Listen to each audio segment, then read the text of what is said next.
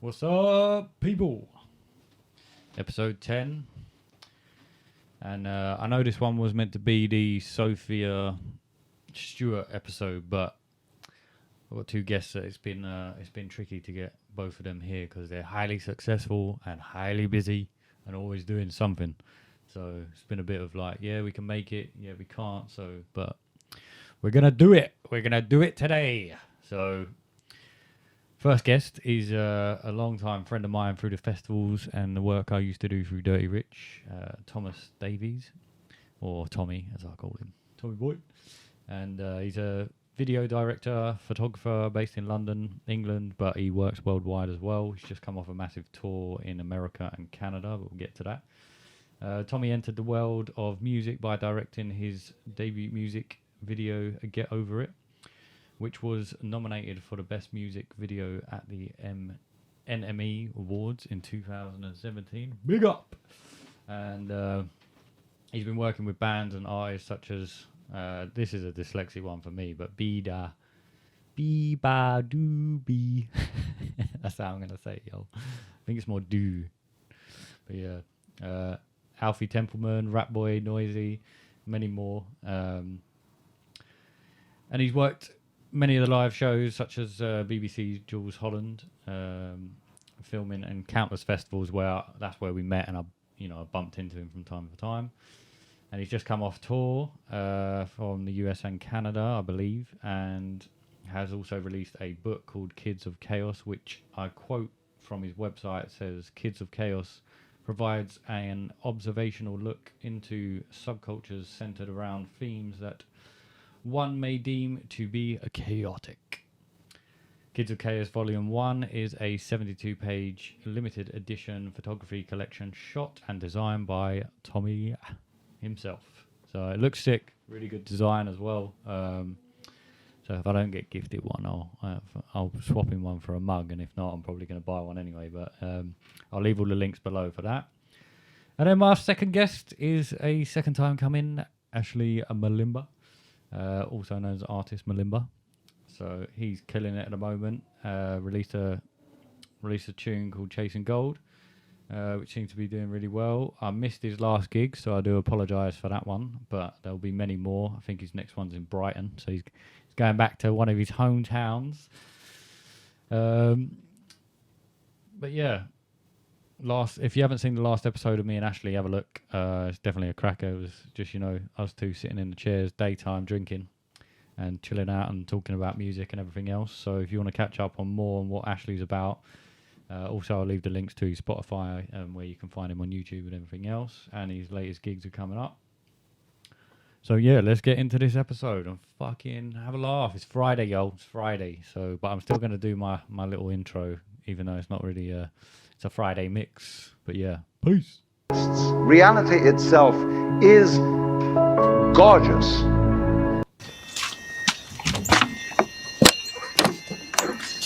It's like they've really spun a web. Our consciousness, I can't describe how it is. Slightly false. To me, it's a slightly darker version. Because there is a... But I could look into my... collective consciousness. Imagination. Truth is what real reality is based on. Art in images. All my crazy. Your art is there. Just because you say it's like that doesn't mean I'm going to read it. They still don't know where consciousness is. So when I'm meditating... Yeah, I bet you do.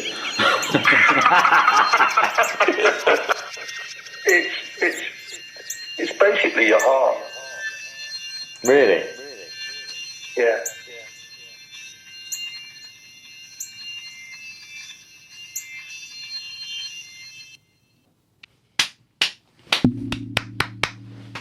Right, let's get one clean one. That's your one to use.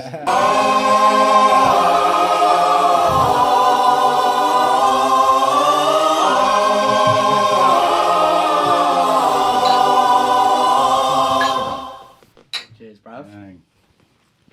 Welcome to the shed, people. Hello. Hello. So Well, we're on episode. I can't hear my fucking headphones actually. Oh, we're on episode 10. Can you turn mine up? Yeah, it's yours. A little bit quiet. Yeah. Great start. Bosh. So we're on episode 10, and got the return of Ashley Sat back. He likes the shed. I do like the shed. That's good. Hopefully not till 5 in the morning. You got me to mention that on camera. People out the windows. You're fucked. And we've also got Tommy, who I introduced before, but haven't seen him for a while. Long time. It's been good to actually get this one sorted because it's taken a fucking while, really, isn't it? Because we're all busy, isn't it? Yeah, trust me. How did you two meet, by the way? Because I never fucking. I know exactly when we met. I know exactly what you mean. It was my mate's band Noisy, who used to be known as High Tide, Yeah. and they played in Hove. The old market. Yeah. And the drummer in that band, his girlfriend had a house party, and we're getting super fucked up. And I was like, I like this guy. I was like, I like this guy. And then we just hit it off. We hit it off. Yeah, just me and him in the kitchen. Yeah. Fucking chatting shit for hours. Kitchen party. Kitchen party. Talking about Star Wars and yoga. How long ago do you reckon that was? What, like 5 years 2017. ago? Was it? Yeah. Mad. 5 years ago. Did like a memory pop up on your phone or something? No, I'm just good with dates. I just remember, like 6 specific moments. Yeah. You just kind of know I when they think are. when you meet someone though, sometimes when it's a good bond or a good friendship, you usually remember, innit? Come on, okay. Or something that's happened. Or Yeah, and I think as well, even it's though like it's just the usual kitchen flex. yeah. No. I saw you for ages after that. Until like, I think the next time I saw you was Grennan's album launch. Yeah. Soho, do you remember that? That was when I met Keen. Yeah, it was. Yeah. And then that was another friendship coming Exactly. from good people meeting good people, which is Just gonna bring yours is cool. more forward. I know you're just like chilled, leaning back. Sorry. like I a turned it baller. this way as well. He's in that. Yeah. Yeah, kitchen parties are long, man. I don't really do them too much anymore. I tried to I avoid don't them. think anyone does. My kitchen's too small. I mean, in the gaff in Stoker, we had quite a few. Yeah. Which- That was during the hard yeah. times though. When was that Lockdown. then? When did you meet though? Because we were years ago now. We must have met at a festival, wasn't it? Because that was when I was touring with Jordan, Rat Boy, Yeah. and I'm trying to think, man. Because you were doing festival pop-ups, Yeah. Nice. and then I think, No, we met at Bordy's. was it Bournemouth? Yeah. 2016. Yeah. See, I've known you. That's a trip. I feel jealous now. No, but this is the thing. Hey, we got all night. Time fucking flies, Yeah. bro. Yeah. Too What scary. you got is now, yo. Especially after the couple of years that we've just had as well. Yeah, exactly. Well, I think it slowed down though. I feel like it's slowed down now. Yeah, I mean, you were saying in the car, now you think. I mean, it's slowed down. we're saying opposite shit right now. We're saying What? that it's going fast at the moment. Yeah, and now we're saying it's Let's slow. go slow. I mean, in a the different present. world I feel like that present time though is different to the past because it's like you look at when you're at school, innit, and like say from the age of being 14 to 18, Yeah. like you're still at school. You know, I suppose you're still trying to understand the world more and take more of that kind of information in. Yeah. But from like 20 to 24, bro, that shit's a blink of an eye and it's done. Man. Yeah. You change so Like much. I'm 25 this year, Mm. and that's like fucking hell. I'm halfway to 30 now. You change so much as a person. You've had a in your very, early very 20s. fast couple of years though. Do you know? Insane. Yeah. Very scary. I mean, the Rat Boy one just going on from like festivals to festivals. Like, how many were you doing? Because I was doing like 3 or 4. Mate, that first run I did with Rat Boy, that was like he was meant to put an album out, and it got pushed back to be in a year later. But that first festival run I did with them, I think we did like 30 shows Yeah. throughout 2 months, which is that's like That's you know fucking that's just festivals. Yeah, but we were yeah. doing like ridiculous shows in like Germany and Japan and Amsterdam and like. We were jetting about, and you know, as we were chatting earlier, the European festivals, they look after you. It's Do unreal. you know what I mean? You get great food, and Yeah. yeah, it's more than the steez. UK? You get whatever you want on the rider as well. Yeah, If you ask politely. yeah,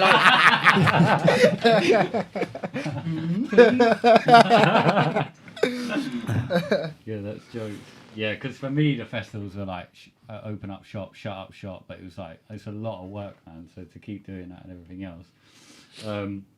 There's definitely a buzz for it now though, because I still love doing it the now. flying as well that takes it out of you, really. Flying's fucking gnarly, man. Oh yeah. I hate it. Like, I'm not scared of flying, and I'll get on a plane to go anywhere. You know what I mean? I feel like just takes it out, yeah. You know, the long hours. Yeah. How far is Japan? That flight was gnarly because like that's a day or something, isn't it? Yeah, but we had to do 2 flights. So we flew into Singapore. Yeah. And then from Singapore, we flew from Singapore to like Tokyo or wherever we were. Yeah. And like that flight was, I think it took us like 20 plus hours to get there. But you get off that plane and you feel mental.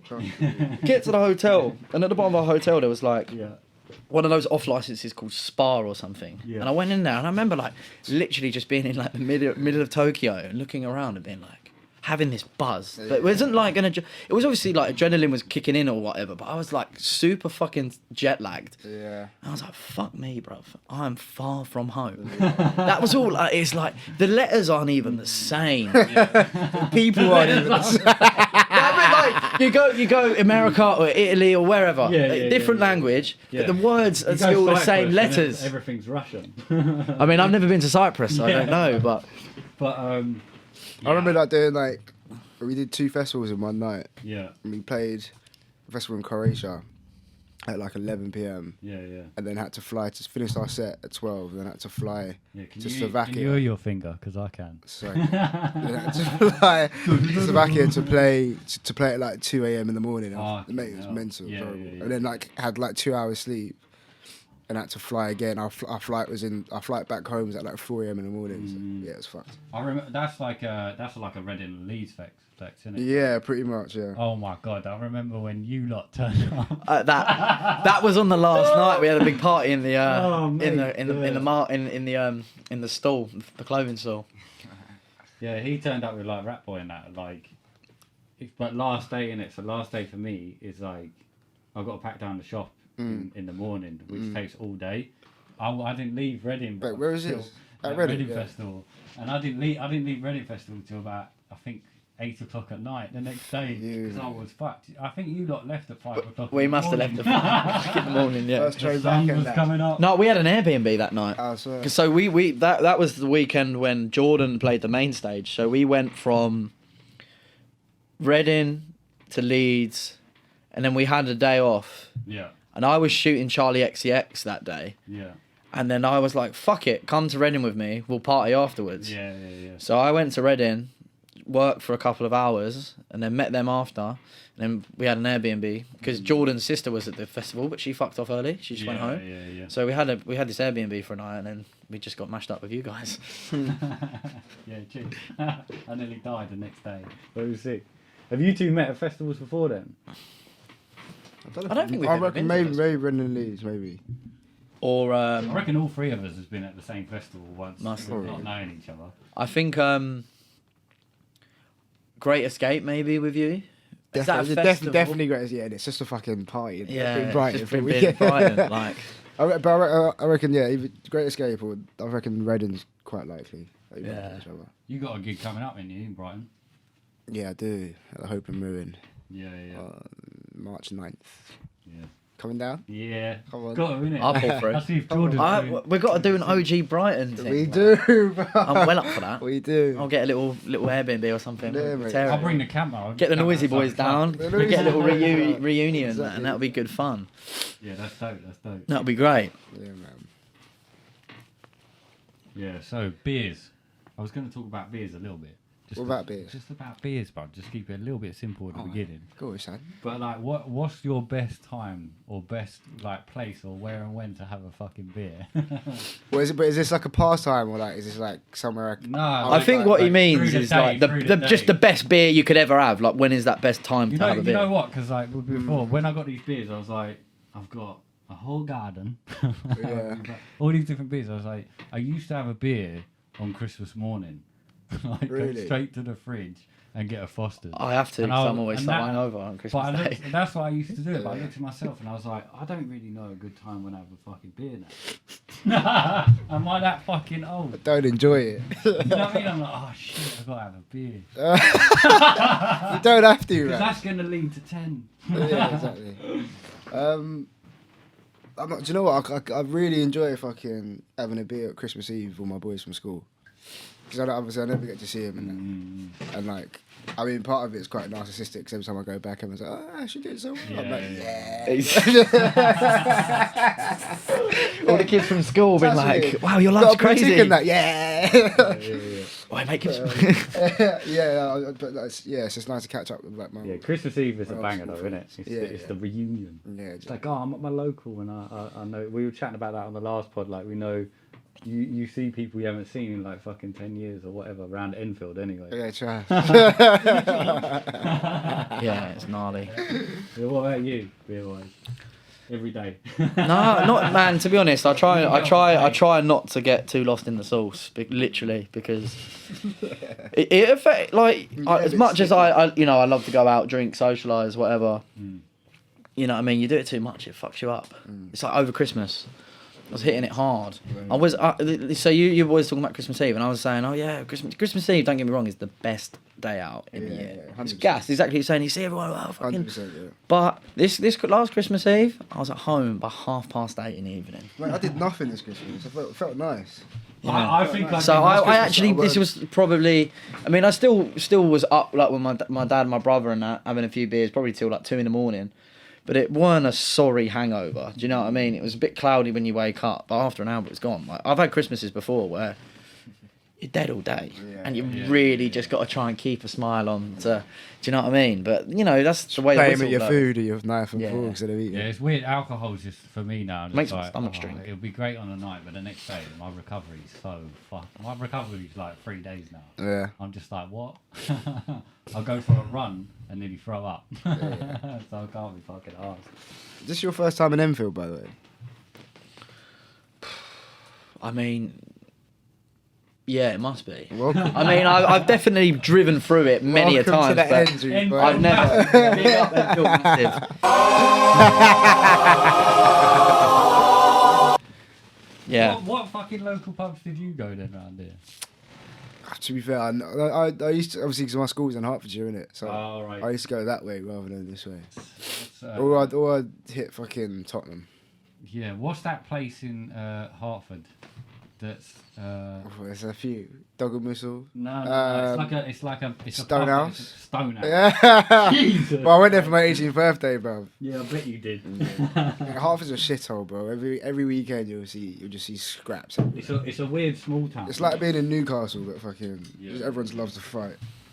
You know what? I think that is the first time I've ever been heard of Hertfordshire and Hartford be referred to as a town. I think the only person I've ever heard even speak about that place. It's a big place. Like, I've been to massive, I've isn't been to most places in the UK, Yeah. but I've never even heard of Hartford. I thought it was just Hertfordshire, bro. You know what I mean? Mate, there's nothing there. All that shit bro. started at like Hemel Hempstead or something. Do you know No, what I mean? no, Like, not there, man. fucking hell.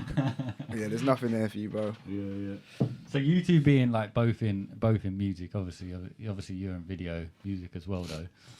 Gonna do like a punchline question though. But like if you could both bring back like an artist that you could collaborate with that was dead, like who would it be? Whoever wants to go first, whoever thinks of it. Mine would straight away be the Beastie Boys. Yeah, I can see that Straight away. Yeah. Yeah, it would be the Beastie Boys. Uh, I mean, only one of them's passed away, but you know, obviously after it's not the same without him, though, is it? it's not. You know what I mean? And it's like that's why they stopped the band, you know, and they made this. Spike Jonze made this amazing fucking documentary, but they did it as like a live theatre performance. So the two remaining guys of the Beastie Boys, they Mike D and MCA, they did this whole like theatre presentation. And they like shaped it into a film with the story of the Beastie Boys, and they had a big autobiography book that came along with it. Yeah. And like, yeah, shit's just the way they were, the energy was just like what I aspire to be now. Do you know what I mean? Like, where like Kids of Chaos come from, the book with it along, or yeah, I guess so. I mean, like that whole project. was just a way for me to just start putting out my photos. I hate looking at my fucking pictures on Instagram. Do you know what I mean? Like, You don't really take it in, do you? there's something physical about opening it and going fucking hell, and actually seeing it in a live form, which is so, which is You're not gonna so do exciting. An NFT version then. Pardon? You're not going to do an NFT version.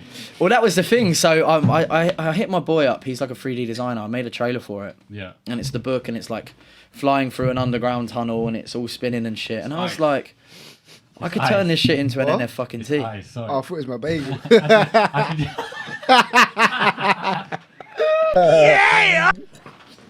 That makes me feel a lot better. Can I just say I made Ashley a bagel before and he dropped it, bless him. Yeah, outside. I So was I so made that shaky one. because I was so hungry. So I just literally, before you got here, I put the glasses in the freezer to make them cold. So if you see anything in your beers, all it is a bit of ice. Oh, nice. So that's why you thought it was your bagel. I mean, it was like beige. It was like a beige colour, so I was a bit worried. Yeah. Yeah, that bagel flop was. I heard it and I went Spank the ground, didn't it? slap like that, dude. Gnarly. Yeah. So sorry, you were talking about NFT. You wanted to do it that way. Yeah, so like I hit my friend Callum up. He's like this just crazy fucking talented guy who just makes like these mad, like, I don't know what you call them. They're like photo scans. So he will scan an object and he will turn it into like a 3D thing, and he can animate and just make like the craziest like cool VFX shit. You know, within reason, he can do certain stuff.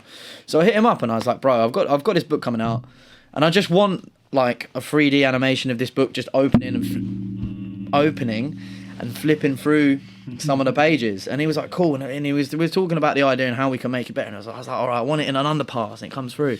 He sends me this thing, and I'm like, fucking hell, this is like, this book is in like this, it's in like this fucking, virtual reality world. Yeah.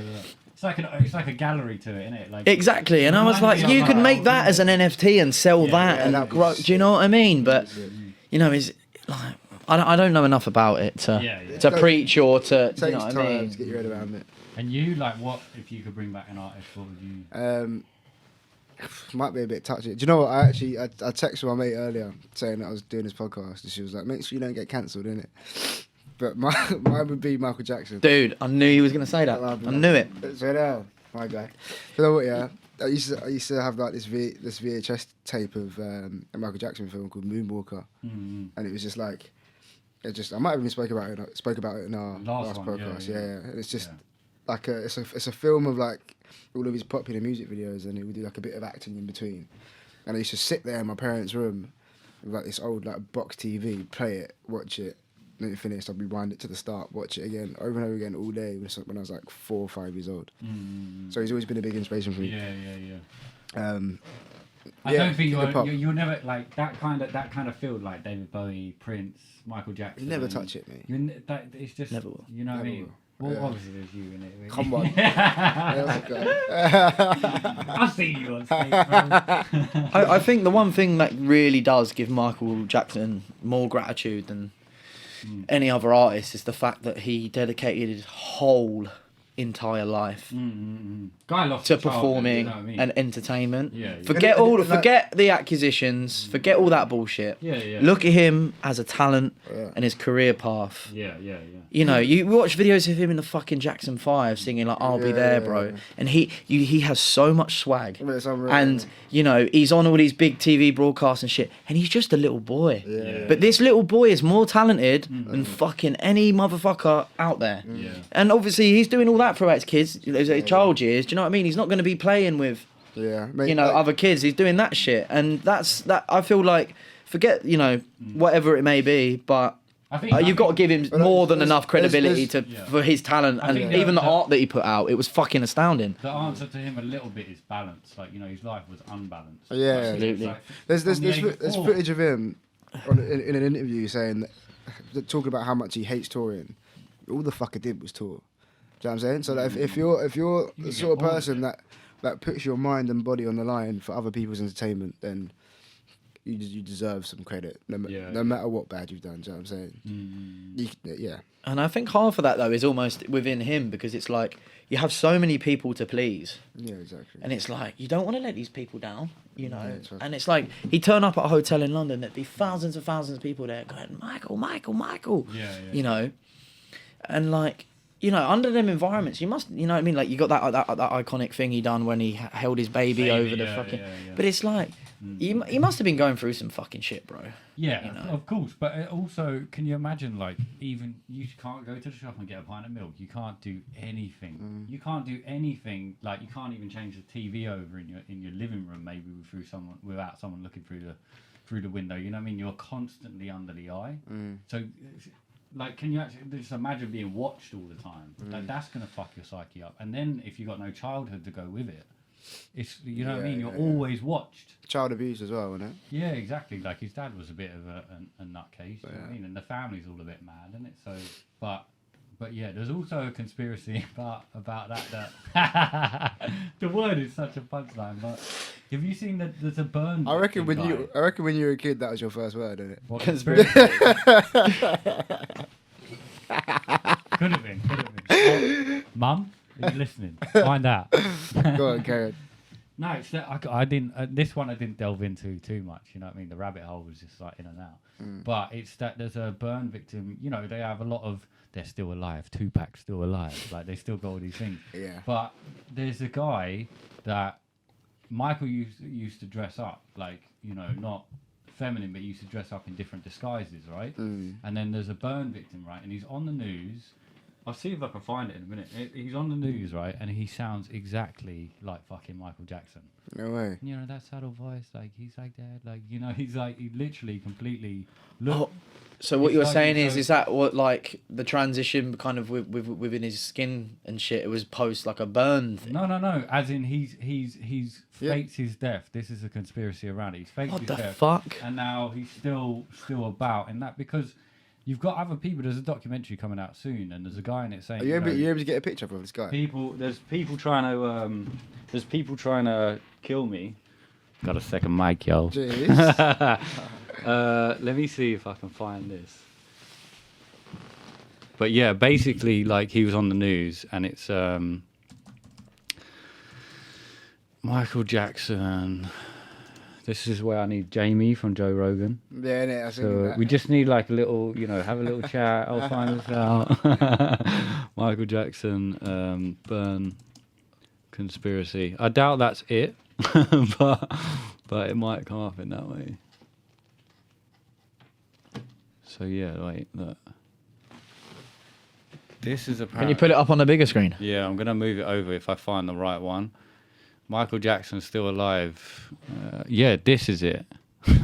Oh, I have seen this geezer before. Yeah, so he was a friend though. He was a friend. A friend of who? Michael Jackson. Right. So like...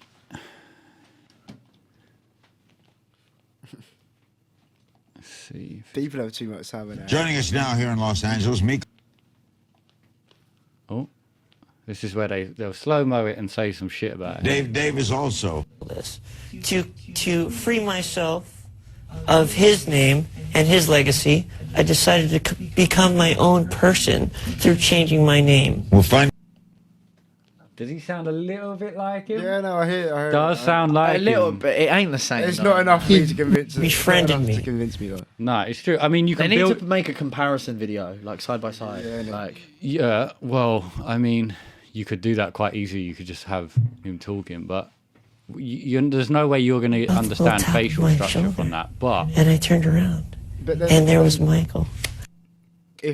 sorry, what was the date of this that Our compared to whole Michael entire Jackson's death friendship. with? this is 2013. So whether like, if you can imagine, like there's a guy saying about Michael Jackson, he was a close friend, and he's saying to them they're trying to kill me. So you look at like the drugs he was on through the doctor and everything else, the lifestyle, how much money is around the person, and everything else like that. If you are looking at a point of survival and your face is known in every single place in the world, you might look at maybe faking your death and disguising yourself and building that person as a disguise before. I'm going completely conspiracy right now. This is the rabbit hole you were just talking about. But the fact that he sounds just like him is just.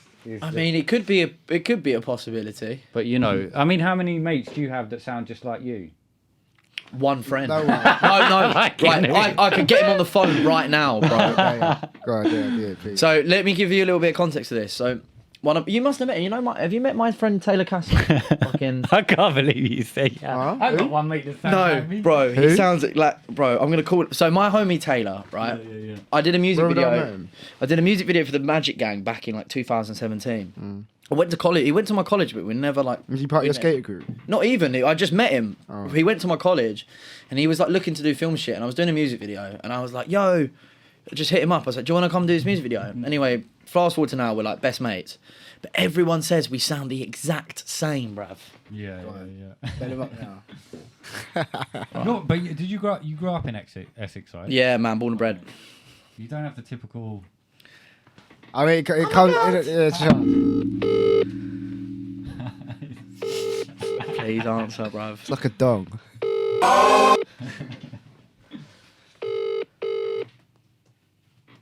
He's gonna let me down. He's not gonna answer, is he? So 50-50, or call a friend. Call a friend, right? The question is, do you sound alike? I was kind of casual. Fuming. Right, I'm gonna ring him. I'm gonna text him, say, "Call me ASAP." He's gonna ring us back. But no, I swear to God. But it's a known thing. So everyone, like, there's been times where we've been at work and stuff, and he's been in like a room, and people have heard him talking, and they've been like, "Oh, we're Tom," and he's turned around, and it's like, "I'm not Tom, bruv." We sound the same. Apparently, we sound the same. So you've worked together, or? Yeah, we work together. Yeah. So literally, if you don't want to ever pick up a call, you just be like, "Oh, bruv, take this one." I mean, I haven't used that to my advantage yet, but maybe that could be the start of something new. When the missus are going mad at you. Yeah, Tay, cover me, please, bro. But no, swear down. It's a thing. Yeah, that's mad. I hope he calls back just so we can have like a double conversation. Yes, I forgot. I put your mugs in it. There's the cards. Oh, you legend. So All right, so I've got something to say about this. Thank you, brother. I thought this was like a DIY looking trash can on the table, and I was like, why have you put your card in the bin? I just thought it was a card holder. So yeah, I thought it was like a trash can, but yeah, this is lit. Thank you, brother. This is Steve's. Right here, I just always. Jesus. Let's go. Let's go.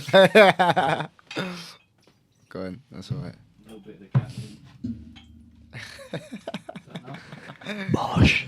Cheers, mate. Oh wait, I've got water. Hang on. Love. Ooh la la. Ooh la la. Well, I think mine was. Are there 2 cards here? No. Nice. It's so thick. 350, yo. Gotta do that GSM. Come on. Yeah. What, like? I'm gonna whack that in my wallet now, mate.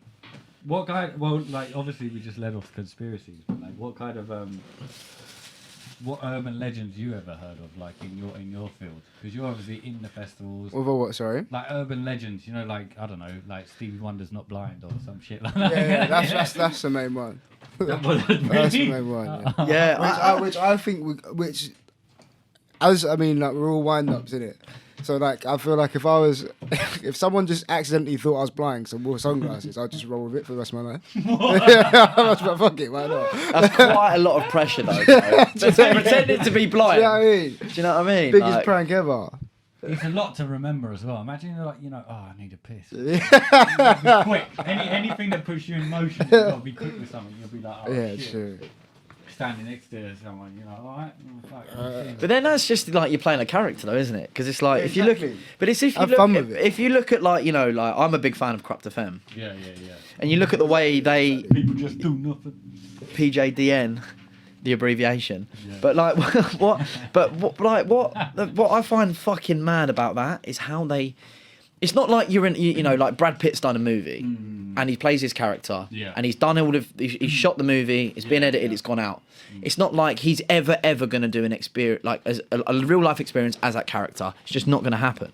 But whereas with like PJDN and what they do with like the whole Corrupt Offend thing live, they still employ these characters. You know, they're on the One Show or fucking Soccer AM or whatever, and they're still playing these characters, and it's like, you know, the level of them in as themselves as to what they actually hold within the program and the image that they put out. Exactly. Is fucking that takes an insane amount of work. And you know, like DJ Steve's, for example, in the show, you know, he's like the crackhead drug addict. He's the geezer that fucking wrote. He's the fucking writer. You know, and but I do think the writing of his character is like the most intelligent because it's so fucking that I watched the movie and there's that quote and it's like, Japan's got a massive drug problem.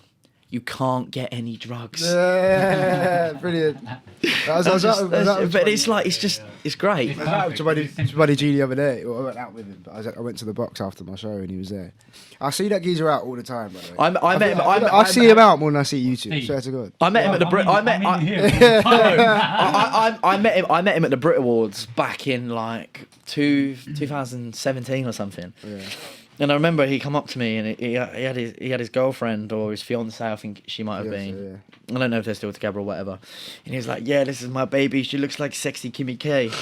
And I was like, "Bro, like," he's like, "Yeah, she's my Kimmy K." And I was like, "Fair play, man." But he's a good bloke and he's funny.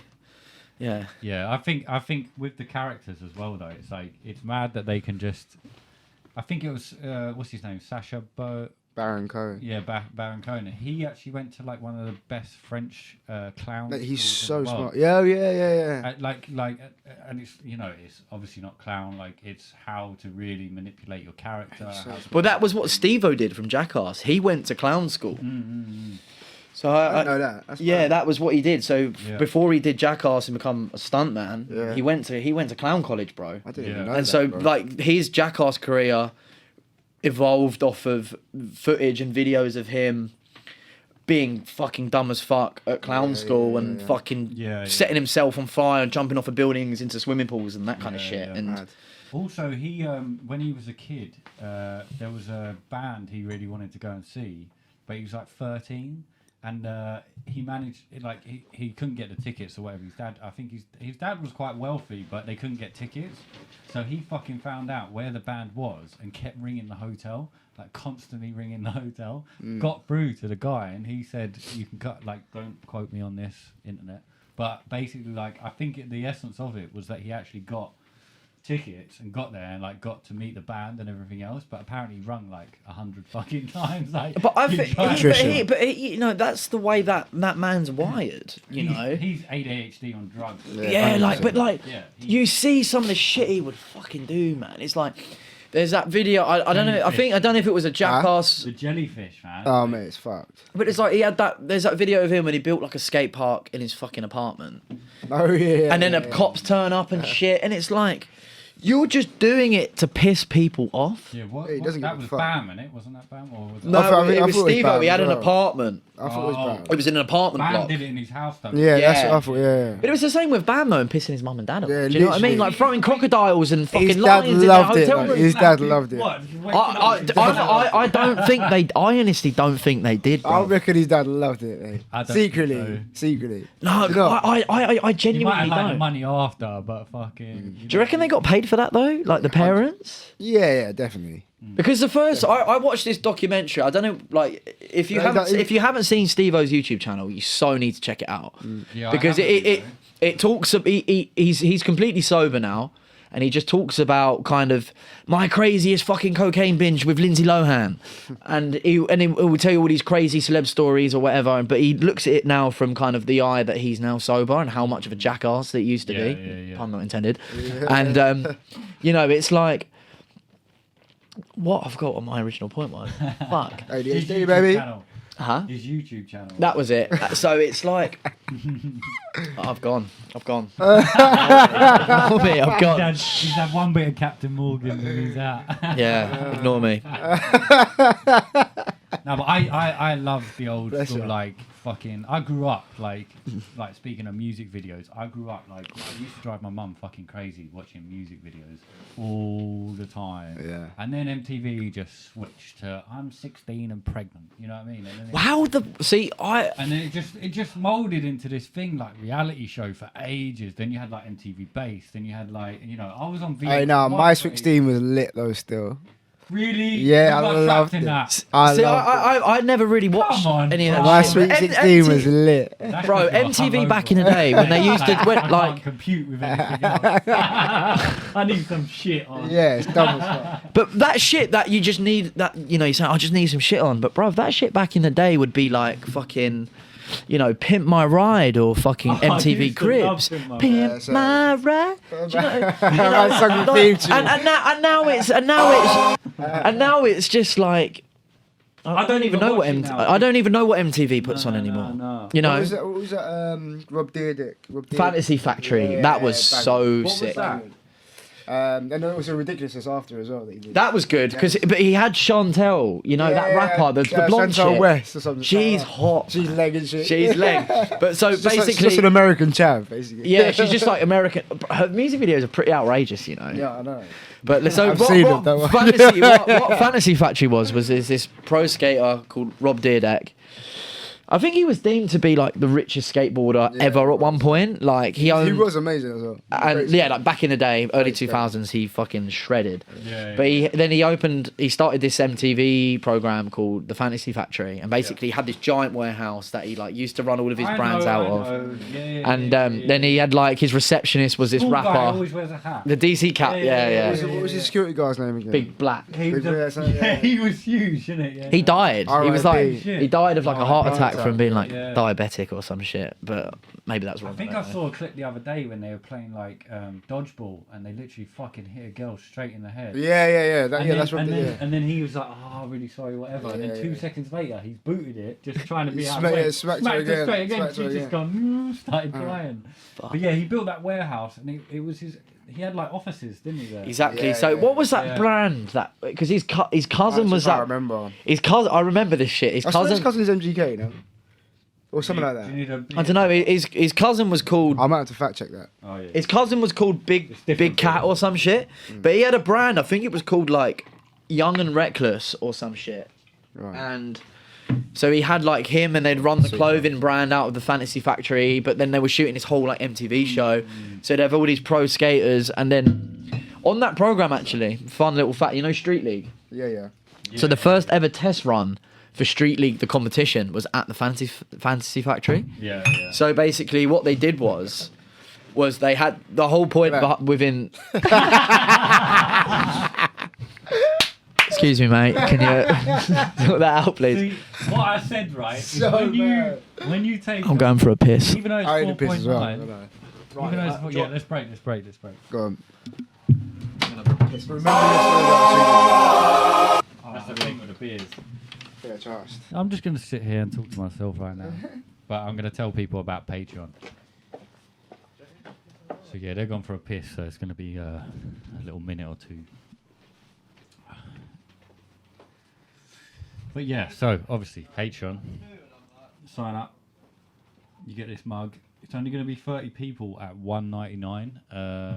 And then after that, it's going to be around £4. We're going to start a whole new tier, which is going to be based around a thing called Truth Ninjas. So it'll be a whole community on Discord. We're also going to start some merch, which is going to be fucking dope because I come from a clothing background anyway, so I know exactly what to do. Based around, astral projection, all conspiracies, just a load of random shit on t-shirts basically and hoodies, and so yeah, it'll be good. But if you get the Patreon now for $1.99, you will be able to get this mug, and after that I might not make the mugs again, or I'm going to put them at around $11.99, so there'll be a lot more. And it would help me on a monthly subscription. Right, we're back in. Yeah, sorry, I ain't got an ashtray. Shall we fucking... I've got a Thanos fucking... Shall we use something that's not as disgusting? Don't use the fucking mug, Jesus. Yeah, you can't use the mug, bro. I was going to wash it out though after. No, you can't use the mug. But what am I going to use then? Use the plate, bro. What reality are you Is that going to be out on camera? Use the plate. Plate's alright. Yeah. Fucking bagel, innit? Look, if you get hungry, you can have a few bits. Nice.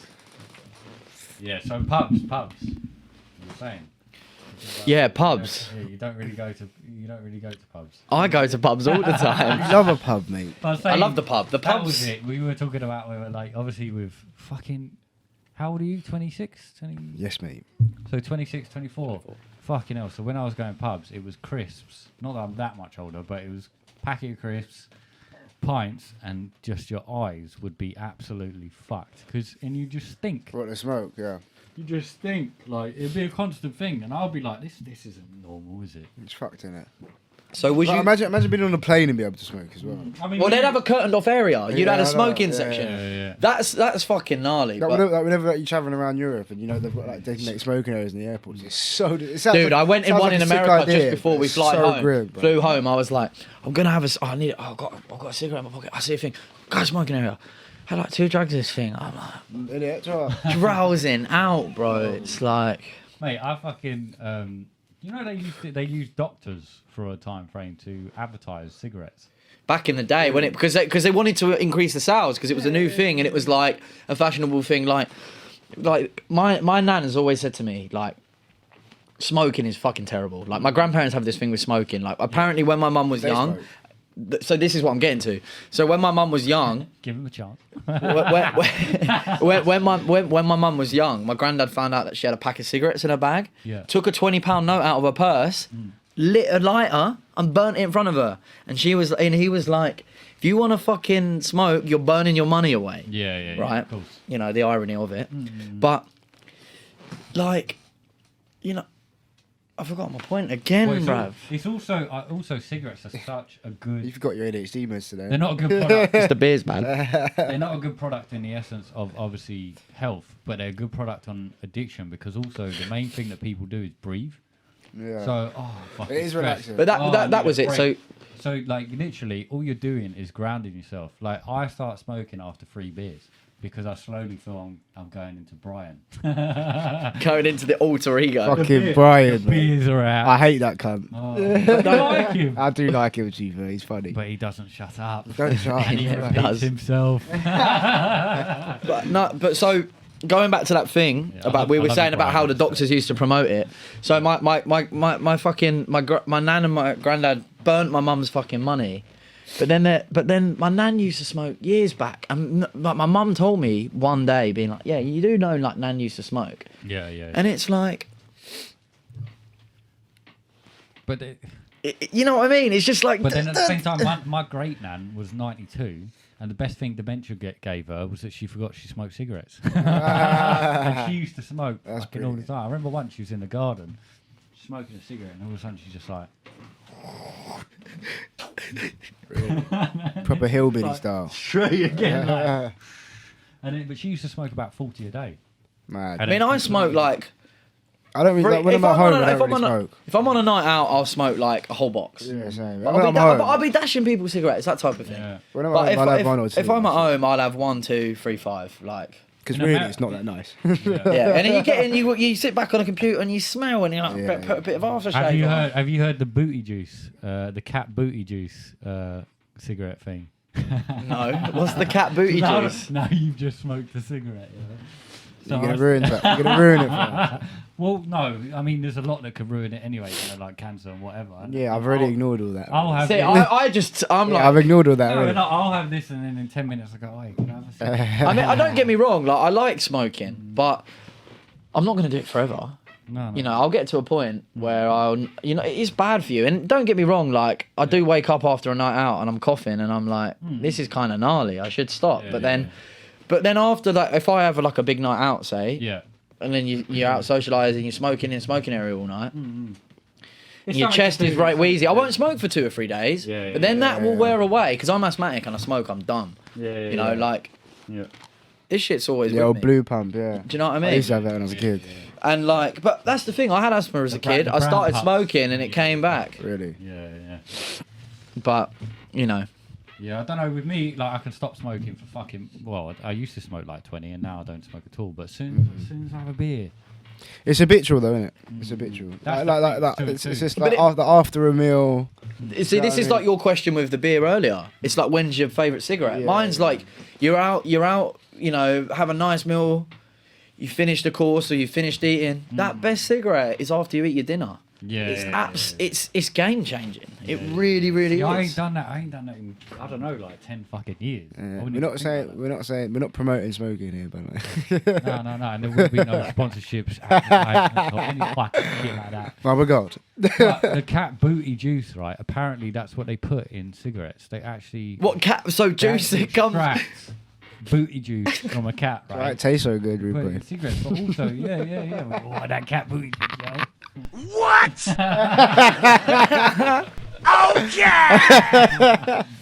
But yeah, I see that the other day, some crazy fucking shit. Like, you spend enough time in a shed with a screen in front of you, bruv, it's like a library of dangerous activities. Yeah. But also cigarette companies in America, a lot of them own food companies, which I find It doesn't surprise me. I never knew that.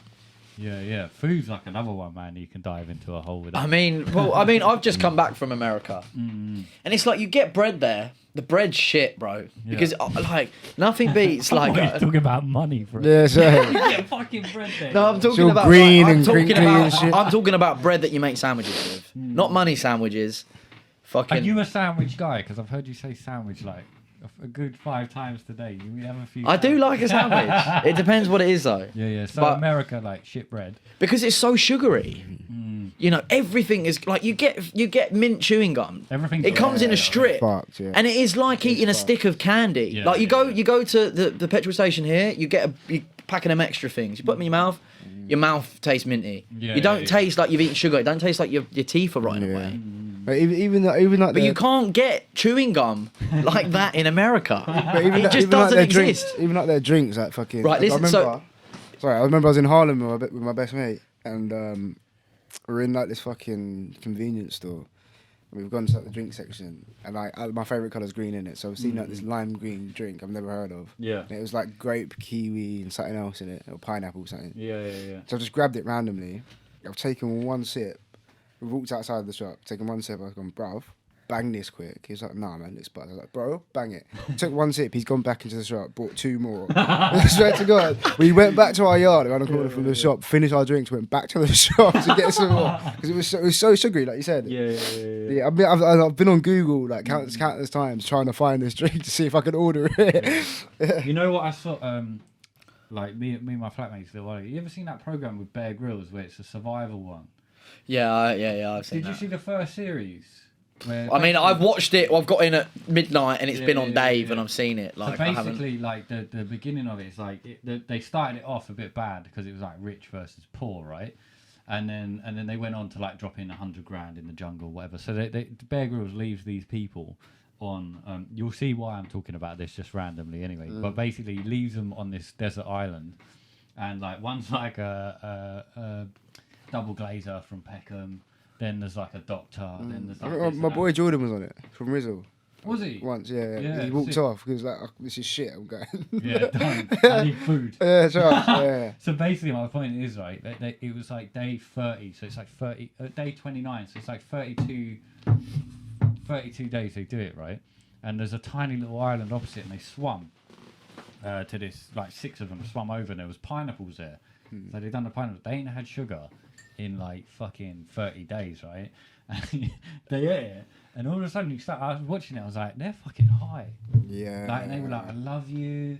Like, they hated each other on the swim. Like, you need to fucking hurry up all this. Then they were just fucking high as fuck. So sugar. that just. Big old rat. Yeah, so in America, you can imagine in America, you take a month off, go into that shop, get that drink, you'll be fucking. Yeah, true. You'll be running naked down Vegas.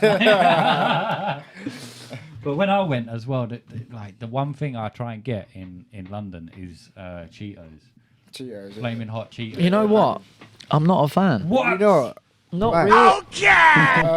really. Because like, I think Cheetos bang. Oh and cheese my puffs God. as well. But I you can love get cheese like puffs. 500 I'd rather have milligrams what's of- its, bro. American crisps suck.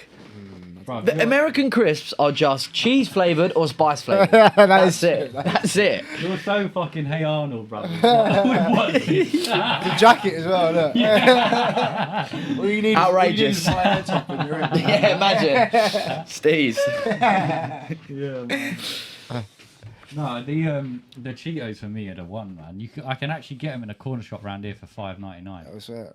Ridiculous. That's mental. $5.99. What, for a I big need to bag? start selling them out the shed. For a big bag? Yeah. You know what? I just need to turn the heat on that fucking door. It's freezing me out. Go on. But the best crisps. What are your favourite crisps? I know it's bare fucking plain, yeah. Walker's ready started. You're gonna say that, aren't you? Nah, blood. Walker cheese and onion, really, boy. See, do you know what? They are the most popular crisp in the UK. They slap. Walker's cheese and onion. And fucking hot Doritos as well. I love them. The red packet. Yeah, I like they're Flaming right. Hot. What, Monster Munch? Munch. Yeah, they're Steve. You feel like They're eating more so crisp. grim. I feel like I'm 6 years old every time I eat. You know what it is with Chris though? It's just all the shit round the side. It's because you've got a beard though, bro. Not on my face. I'm eating around your teeth. What's yours? Transformer snacks. It's a rogue one. I know, I rate that. So listen to this. What, you gonna leave me hanging? Yeah. I went to Macros, like wholesaler, to try and buy some shit the other day, but they didn't have what I was looking for. So I went down like the food aisle, and right there, bang, they had a multi-pack box of Transformer snacks. What is it? It's like 35 bags in a box, like the 40p ones you get in the shop. But these crisps are so unbelievable. They taste amazing. They're not fried. They're made out of corn, and also you get two types of crisps. So you get ones that are like, basically they build a car. You can build a car out of the crisp. So you get wheels and you get like a frame. You can build like a little sports car out of the crisps, which That's the main reason why you like them though. Really. no, not even, because I just munch them because they taste great. But they're like the same texture as a Monster Munch, but they're better. Yeah. What's your like go-to on tours then, like fucking food-wise? Tours are difficult though, because like you're traveling all the time. Eating out every single day. Eating out every single day. Like especially in the UK, like all it is fucking service stations, really. Yeah, I mean, I can relate, not obviously being so glamorous as going to perform on a stage and all that, but doing building work when I used to do it with Jordan. Yeah, we used to come down to Brighton, yeah. And it's especially being basically fucking vegan. If you go to a Tesco's in the middle of nowhere, there's nothing. Yeah. You know what I mean? Yeah, So then it's like Monster Munch. unless you're on a sleeper van, like a 14-bed sleeper van, you got your kitchen. That's where it changes. Yeah, with that's touring. fine. Because when you're in a van and you're on a tour, you pull up to a service station. That's when you eat. Exactly. But when you're on a bus, you wake up outside the venue. You would do the gig. You'll travel overnight. You'll wake up in a new spot. Like I've been on one before. It's usually right behind the fucking thing, isn't it? That's it. Like right behind. Yeah, so you literally wake up behind the venue, you shower in the venue, then you do your thing. So, but in America, we were eating crazy good. Really? Like we were eating out. You know, we were eating good meals all the time. Like, we'd have certain cities where we're like, fuck it, let's have it large, and we'll go be eating $100 steaks, that type of shit. Yeah. But when you're in the UK and you're on the road, it's like Burger King and fucking M&S. Yeah, or no, Pepper Armies from fucking WH Smith or Bad, Krispy Kremes. It's America's but a you're big paying foodie so much money. But the service stations in America, they're golden. They're unreal, aren't they? Unreal. So good. So you just like the tour you just did was America and Canada. Well, we say and Canada, but it was one North Canadian. America. It was North American tour, Just and then we said hello. popped to Toronto and popped back. Yeah. So what's like the fucking longest you've stayed awake on a tour then? That last one, definitely 6 weeks. Mine's been a month, yeah. What? Not stayed away, stayed awake. Oh, awake. I was like 6 weeks, a month. Oh right, awake. stayed away. What's the longest I've stayed away? Apparently, What is in that because of shows or party? apparently Mick Jagger, both. But apparently Mick Jagger and Keith Richards fucking stayed awake once for 9 days, and they kept fucking like waking each other up. Like if they fell asleep or whatever, they stayed awake for 9 days and performed. Well, they say you can hallucinate from staying awake from a sun. I think they were already hallucinating. They probably used heroin to stop hallucinating. I mean, like on tour, you try it. Like to be honest, like I've done nights where I've not slept and gone to work. Yeah. I mean, we all but tour you can't really do it though. You can't see. Everyone thinks it's crazy. Like no, you've got especially for you singing. Yeah. You've got to look after your vocal. You've got to be on it, bro. The amount of times I lost my voice, like second day. You got a lot of people relying on you. You got a lot of tickets sold. You got lost my voice like second day in just because I went out the night before, Yeah. and then I've had to like do like put my body through a lot of stress to get my voice back in terms of like drinking a fuck ton of water, steaming every single day. Do you know what I'm saying? It's exhausting. So you have to. I pick my nights out when I'm on tour. You got a little skipping rope. Do you do that at all? It's when you have a day off and that, though, isn't it? Do you know what I mean? Exactly. It's like when you have a day off, go party. You're on that kind of like train as well, in a sense of like it's this period, you want the best out of it, and then when you come back. But that's it. But it's not even if you're like a headline artist, right? But even if you're a new band and you're playing a support tour for a bigger artist, it's like even you know, that's still an opportunity. Like you think like, oh, you're on a support tour, you're gonna party. But at the same time, if you look at it in a career aspect, it's like, no, you actually need to play better because you need to turn this crowd into your new fans. You need to grasp this, you know, this 3,000 people out of this 5,000 capacity sold out venue that are there currently watching you because, you know what I mean? Like, that's a potential for you to get a shit ton of listeners. You've got to stop moving. I know. do this. ADHD. Just do that. That's better. I'll tap my foot instead. Yeah. But you're talking about Mick Jagger, yeah. And like back in those days, like you can get away with You can't stop, can bro. you? No. It's a mental condition. I'm sorry. I need to get a non-twizzle chair for you. Breathe in. You can get away with being a bit sloppy and fucking playing high and whatever because there weren't that much competition and also like there was like a. But do you think they still do it now, or you think they're a bit more like? I genuinely don't think people do it. Bro, half the artists don't drink at all. No. I would see that. I mean, you know, it's the Amy Winehouse problem or things like that. You know, getting on stage slurring and stuff like that. Like, you know, it's you can't get away with that anymore. I mean, I also think as well now, like the world cancelled in a second. That's exactly what I was going to say because you know it's like as soon as someone documents something, it can be posted online within a moment, and that person can literally get cancelled. Yeah, I think cancel culture fucking sucks. It does suck. Because we're built to make mistakes, you know. But the fact is, that's what we spoke about last time. Yeah, because it's never going to go away now because it's been developed, you know, and it's in the scene. So it's like with that happening, you know, people.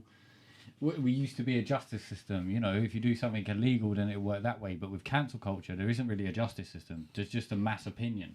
So that mass opinion. But the mass opinion is actually probably worse in of a course, lot of because there's no chain of events. There's no he said this said that happened. It doesn't go through a jury. No, it doesn't go through a system, but not necessarily a jury is great either.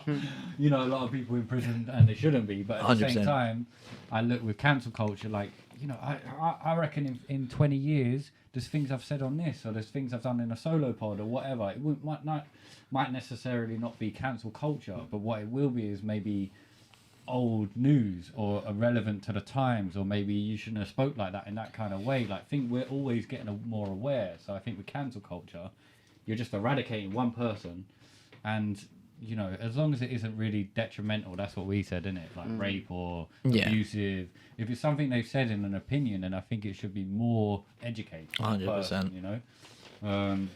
But saying that though, when it comes to like opinion and extreme examples like rape or whatever, to be honest, most of the cancel culture that does come out is for the more gnarly shit. Yeah. The shit that you do actually hear about.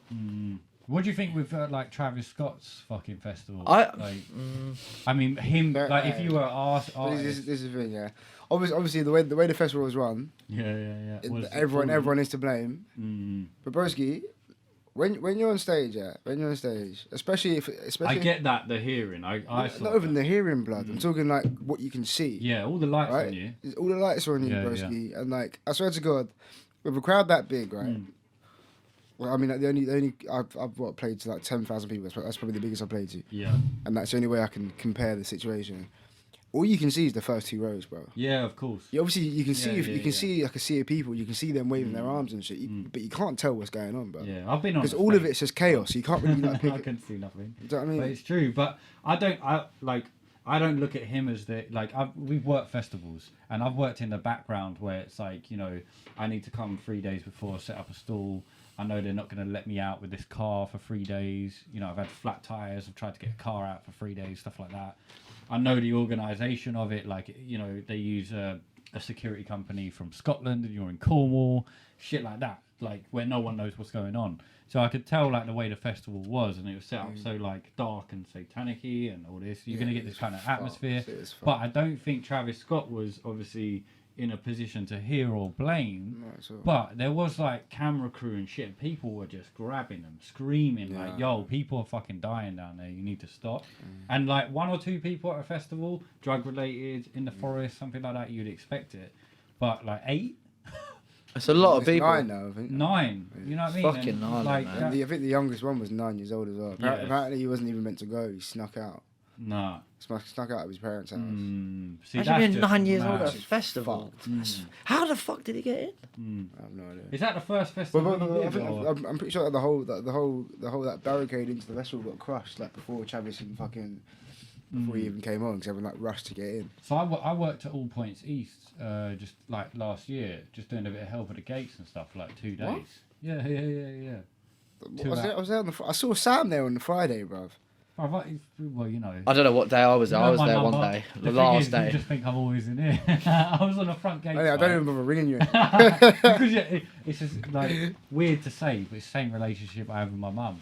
Yeah. She never rings me because she Yeah. knows I'll ring her. Yeah. You know, if I'm out, I'm gonna ring her. But basically, I was on the front gates, just doing like COVID checks, tickets, stuff like that. It's just fucking easy work, and I know some people doing it, and then you get free tickets for the whole weekend. So I'm there, right, and basically they've got the front, you know, Vicky Park. So they've got the front gates. It just went fucking nuts. So they didn't segment the gates at all. So it was just whole rows, and it's 40,000 people. And I'm with this. It's always like, been that way though, I think. So security was G4S, right? And That means nothing to me, but yeah. It's a company that runs it, isn't it? yeah, but it means nothing to security. Me and you could go online right now. Oh sign right, up. yeah, I know. We you could mean. be security I tomorrow. know. Yeah. So basically, I'm at the front line with all these other people, but we're not really security or anything else. We swap with security, and they're like, but you know, you got to look at like, if people start pushing at the back, then the whole lot goes. So it's real dangerous, and you're at that front gate just before the security, so the slow gates. Like we got pulled off. They was like, we're out. Like we can't do this. This isn't our job. This is too dangerous. And I saw a woman with a baby here, just like, I need to get out of this fucking situation. So if you can imagine being at the front crowd in that Travis Scott, you know what I mean? It just must be fucking crazy. But when you get too pummeled in, it's just fucking nuts.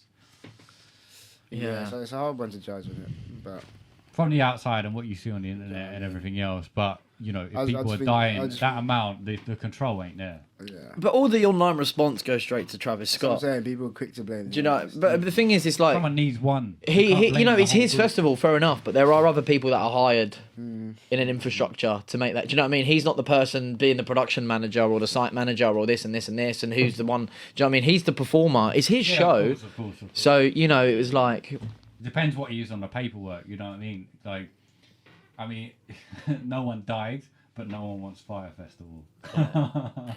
But it happened on I did a tour. I did a tour. Forgot about Insane, bro. That shit's crazy. But about I did a tour with Bieber Doobie in September. It was like her UK tour. We did a gig in Birmingham, and What venue? O2 Academy, the big one. And third song, we had to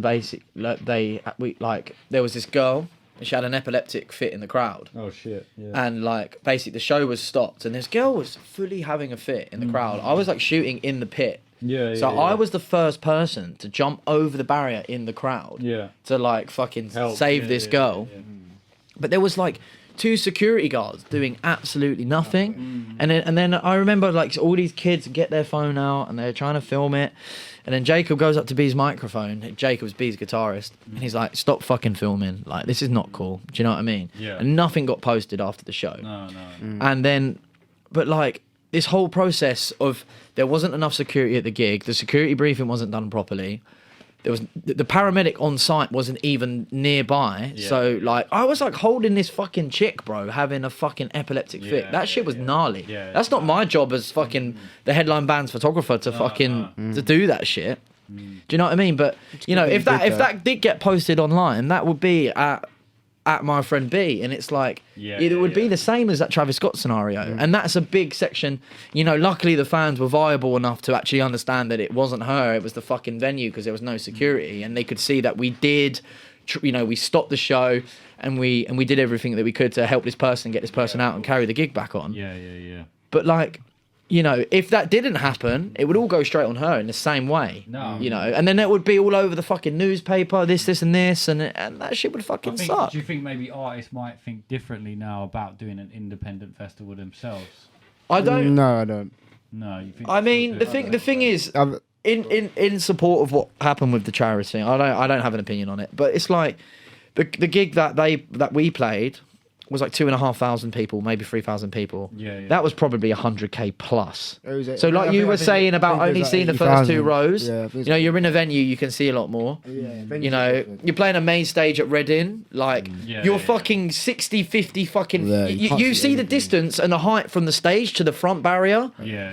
It's a big, But, it's a yeah. big, you know. I think people are very quick to forget. I can't remember who said this. I don't know if whether any of you have had any like, friends pass away or whatever, but someone said that it's strange how quickly you get over death. You know what I'm saying? So that with this sort of scenario, As in yourself. yeah, yourself, yeah. Yeah, And I felt it as well, man. I've had close friends pass away, and Yeah, obviously, yeah. like I would never like forget what's happened. No, but, no, like, no, But no. I've moved on with my life. Do you know what I'm saying? So like, Yeah. in terms of this Travis Scott thing, yeah, there was a lot of hype around it, but you're the first person that was spoken to bring it up within like what the Surprising, past, the past like 3 months. Yeah. What do you mean? As in, like people, like you said that artists are going to be. Do you reckon they'll think twice about doing independent festivals? I'm saying that no, because I think people have already kind of forgotten about the whole situation. Yeah, true. And I feel like as well, going on with the whole pandemic thing as well, you say that it's like, although this Travis thing's happened, because there's been so much resent about holding festivals and stuff, the actual want to do it is more than ever, despite this Travis thing, because it was like, you know, it's one of those things. It's a blimp in time. Something bad happens, and you learn, but you learn from it. And then how can you actually make the experience better? Yeah. So I feel like in the long run, as late and as horrible it is to say it, the bad things need to happen to make things more positive in the future. 100%. I would say that, but we're not Woodstock. You know, like these 8, 9 kids, like that shouldn't be happening. But this is the thing. This isn't the first time this has happened. No, of course it's not the first time, but you would think. But you more would think people have this- died from like heavy metal shows that used to yeah. get spoken about, but don't anymore. Do you know what I'm saying? Yeah. But that's No, I the get thing. that. But Travis is also one of those rappers. But that one was mainly crush death. That's down to security, like not to Travis. So I look at it in that sense. But then it's like, all right, but why has the stage not been, you know, it's like you go to Brixton Academy, right? That's a venue, but they've got them barriers that are built in on But the that's on like the me at stage the floor. front gate. I'm like, why didn't they just segment it all? Because Day people two- are fucking stupid, and that will cost them, and they go, It will cost them more money. and it will cost them more No, money. they had the fucking gates. They just didn't fucking do it. Yeah, So but the then it's probably next day- like, next yeah. day I got there, it's all like that, and then we didn't have the same. Because they problem, learn from their mistakes. Of course. So you just think. But I'm you not could saying do- the mistakes should be made, because No. although you learn from mistakes, Yeah. there are some fucking things yeah. where you need to think before. 100%. You know, Also, some of them aren't it's forgettable. fresh of eyes, course. isn't it? You look at like Fire Festival, that guy, bruv. It's just literally crazy. I need to watch that documentary again. Yeah, I haven't watched that for a long Right. time, but it was like having all of the, especially the fact that you've got all these influencers and I all these know. famous people Just turning from up, chatting and it's a shit. shit show. Like I'd be embarrassed, He man. was asleep on the beach, like pissed as a fart, just dead. Daytime, all the models there, just dead. Right, didn't. You know, but like, what was crazy to me, right, was the guy just had no like perception of consequence. Yeah. Like Didn't he start scamming people again like 2 weeks so after? he used all the emails from Fire, right, and started sending them. You can get a Taylor Swift ticket. Yeah. So he rented a penthouse, and then this guy, I remember this now. a couple of guys like joined him and was like, yeah, like, so you know how Netflix set it up? They always set it up like they show the footage, the documentary for the BTS or whatever, right? And then they set the guy up who was with him in this like room that really has the essence of what that person is or whatever, you know what I mean? This guy's sitting there, he's like, yeah. So like he's trying to like send these emails to everyone, say about Taylor Swift, VIP, yacht parties, Ed Sheeran, like just punchlines all the time, right?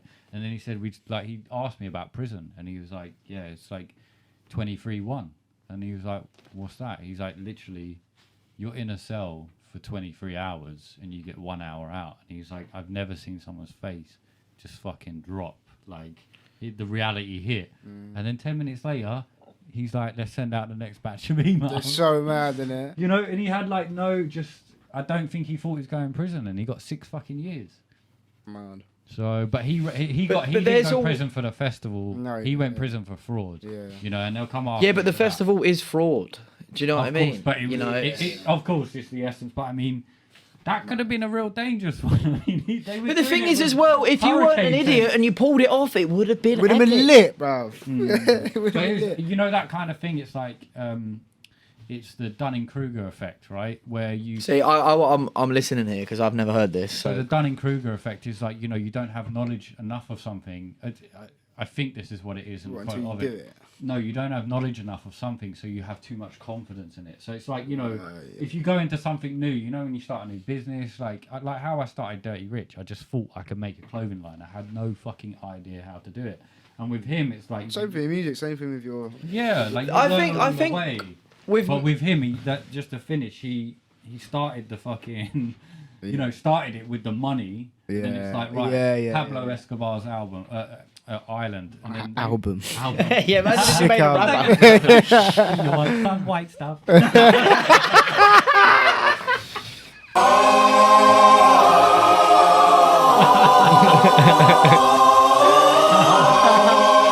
Oh, that was a banging chorus. Oh, innit? You know what I mean?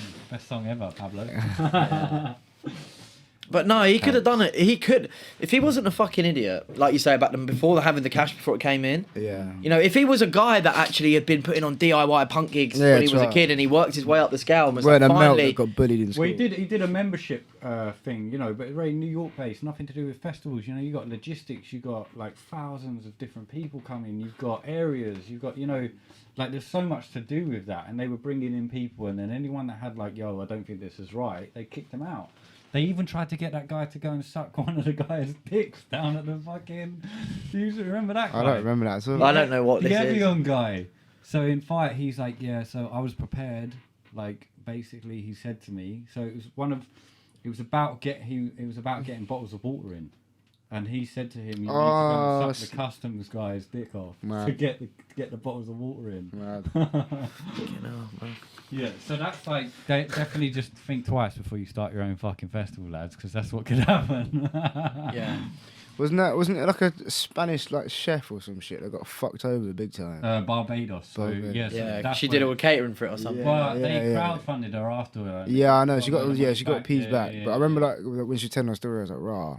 Yeah, she was a real woman. Yeah, proper. She was a real woman. Good heart. Yeah. Like, obviously made like loads and loads of food, had staff in it. Yeah, literally. And he just kept getting workers. And then that guy that was helping him out was like, people were coming to my house, like telling me they wanted money. And then while he's in the Netflix interview, like afterwards talking about it, he fucking rings him from prison. He's like, oh, I'm just talking to the Netflix people. Do you want to say anything? And he's like, nah, I can't. So yeah, it's fucked. But yeah, festival wise. Oh, Jacko.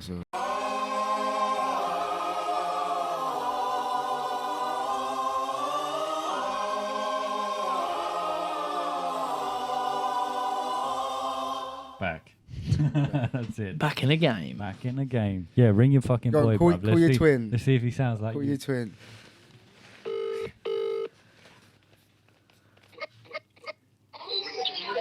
Yo.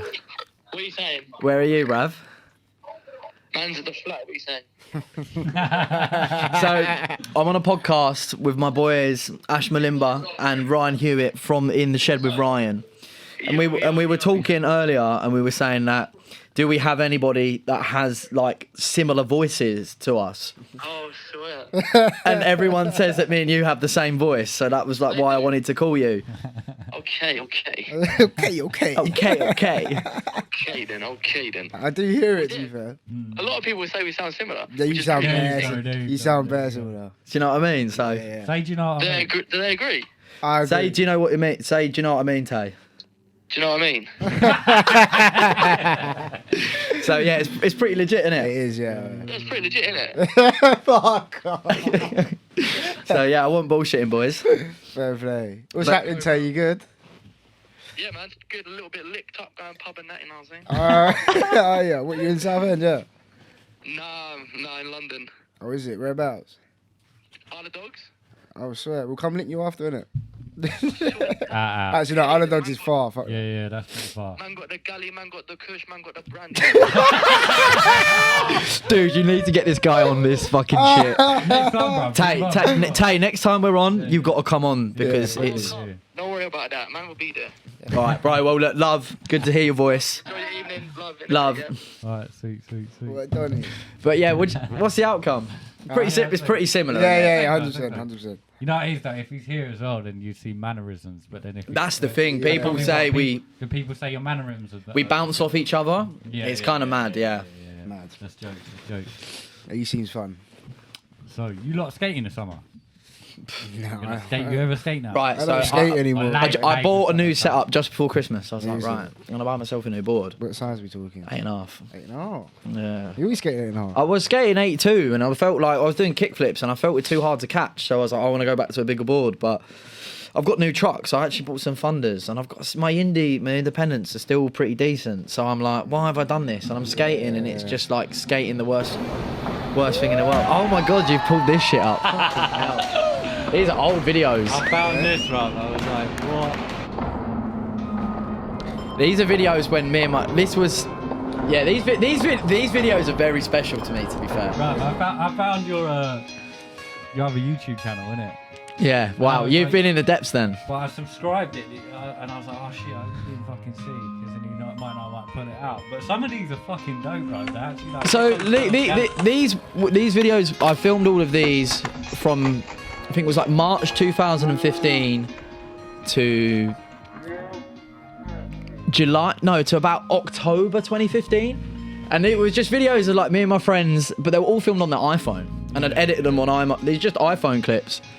And these are quite special videos now for me because all of these kids that I grew up with, like Levi, Bill, these two boys especially, they're still skating today and they're fucking ripping. But now like my boy Phil and all these people, I don't see him anymore. No. And this whole group, I've actually got it tattooed on my arm here, RSPM, which is this kind of thing. Yeah. And it's like, they're kind of hard hitting because it's like, fuck, this was such a good time in my life. There was no worry. It was just kind of going out partying and finding yourself. You know, sounds a bit cliche, but we're, like 18 years old.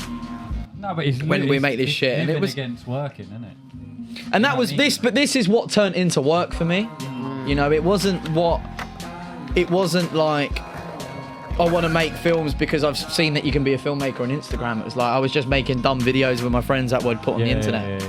And that's what it all sprung from. It's funny, isn't it, with a skater click, there's always the videographer with the old school Sony VHS. Yeah, and there's always that one kid that gets super hooked on it.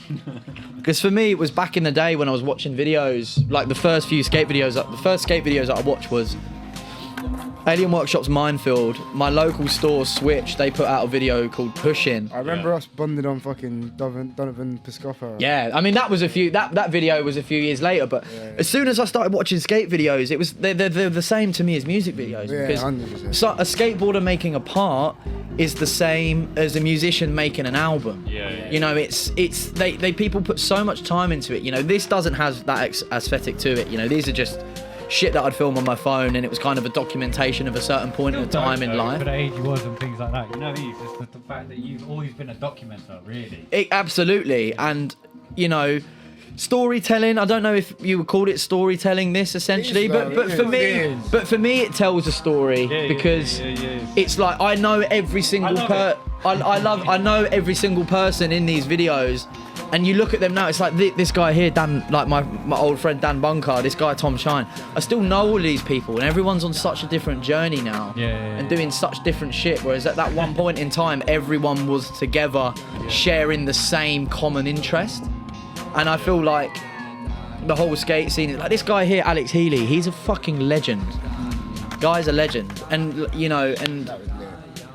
it's just documenting certain. That's me there back in the day. Look, awful. Look, watch this. I do a nice little crooked grind here in a minute. Actually, maybe not, but maybe it's after this trick. Yeah, I think I saw you at the end of this. You're not in a lot of them, obviously, because you're filming. Yeah, that's me. Look, You've shown me this before. And but like for me, that's actually one of my favourite tricks I've ever done. And like, but you know, like my boys Bill and Levi now, they're fucking getting hooked up shoes from Nike and shit. You know, this kid here, Levi, he's actually got an art show on in Brick Lane tomorrow. He makes this amazing. You'd love this shit. It's called Groovamon. Yeah. And it's basically like. You going? I'm gonna try and go. Maybe I'll try and hear. But it's called his art is called Groovamon, and it's basically like this character that he says is within us all. Yeah. And it's this, and he does all this kind of crazy conceptual art around this one character, and it's absolutely fucking wicked. Do you remember? Like, did you watch like skate documentaries back in the day, like All This Mayhem? Have you seen that? Yeah. So I went to the London premiere for that documentary. No. What was the first All This Mayhem?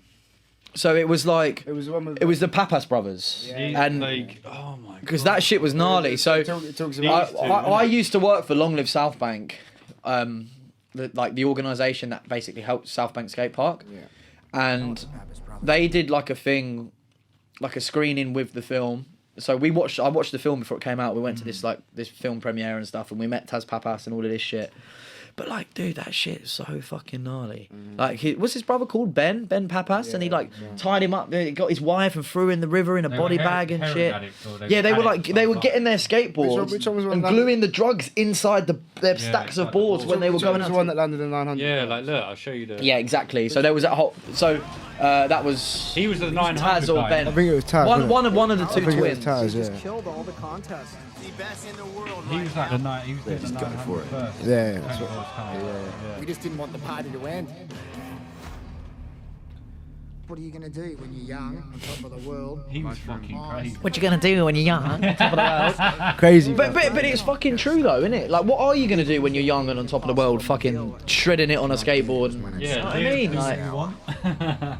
Then you got older. But yeah, I thought that was fucking nuts. But my favourite was like fucking Rodney Mullen, man.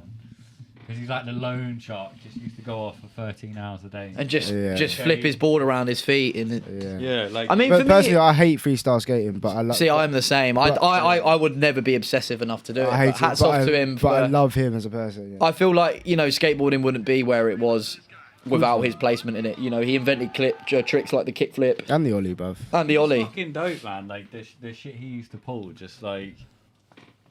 but then his dad. Imagine inventing the fucking fundamental trick to every single trick in skateboarding. I would say he's kind of the genius of skating, though. You know what I mean? Like, see, I've got a question to both pick your brain on them, right? Yeah. Because I don't know what my opinion would be on it.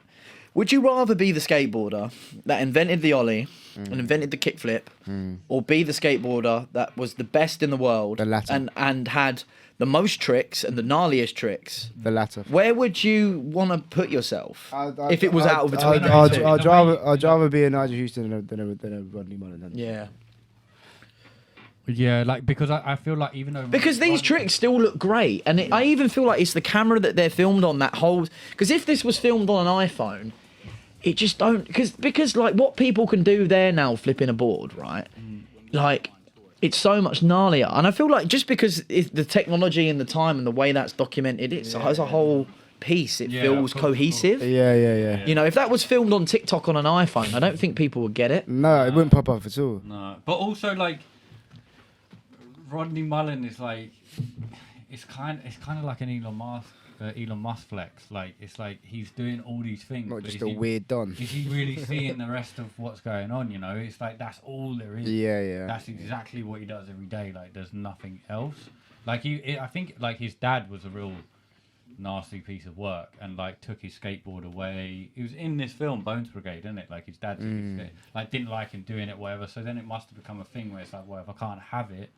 When I can have it, I'm gonna have it. Do it the most, do it as much as it is. But But yeah, and then I think from these guys, skating's just changed massively now, like in the way you look, like Street League and. Bro, skating's unreal now, man. Yeah, skating's That's where stupid. I think skating's where it needs to be now, though. The money's there, the sport's there. Like what you're. It's grown like football has, man. You know, if you look at Premier League football and Do you football, think that's a good thing or a bad thing? Like It's good and bad. I don't necessarily think it's a bad thing because like people say, oh, footballers earn too much money, but it's like they should, you know. But you'd be They'll break surprised, their neck. dude. You'd be surprised though. You know, these skaters, they're getting like, you know, don't get me wrong, half of the major footwear labels have soaked everyone up now. You know, everyone who is at a very, very high standard is skating for Nike or Adidas, maybe New Balance or something. But they're getting paid money. But these companies are also providing opportunities for people. You know, it's like back with Bay 66, Nike fucking revamped the park. You know.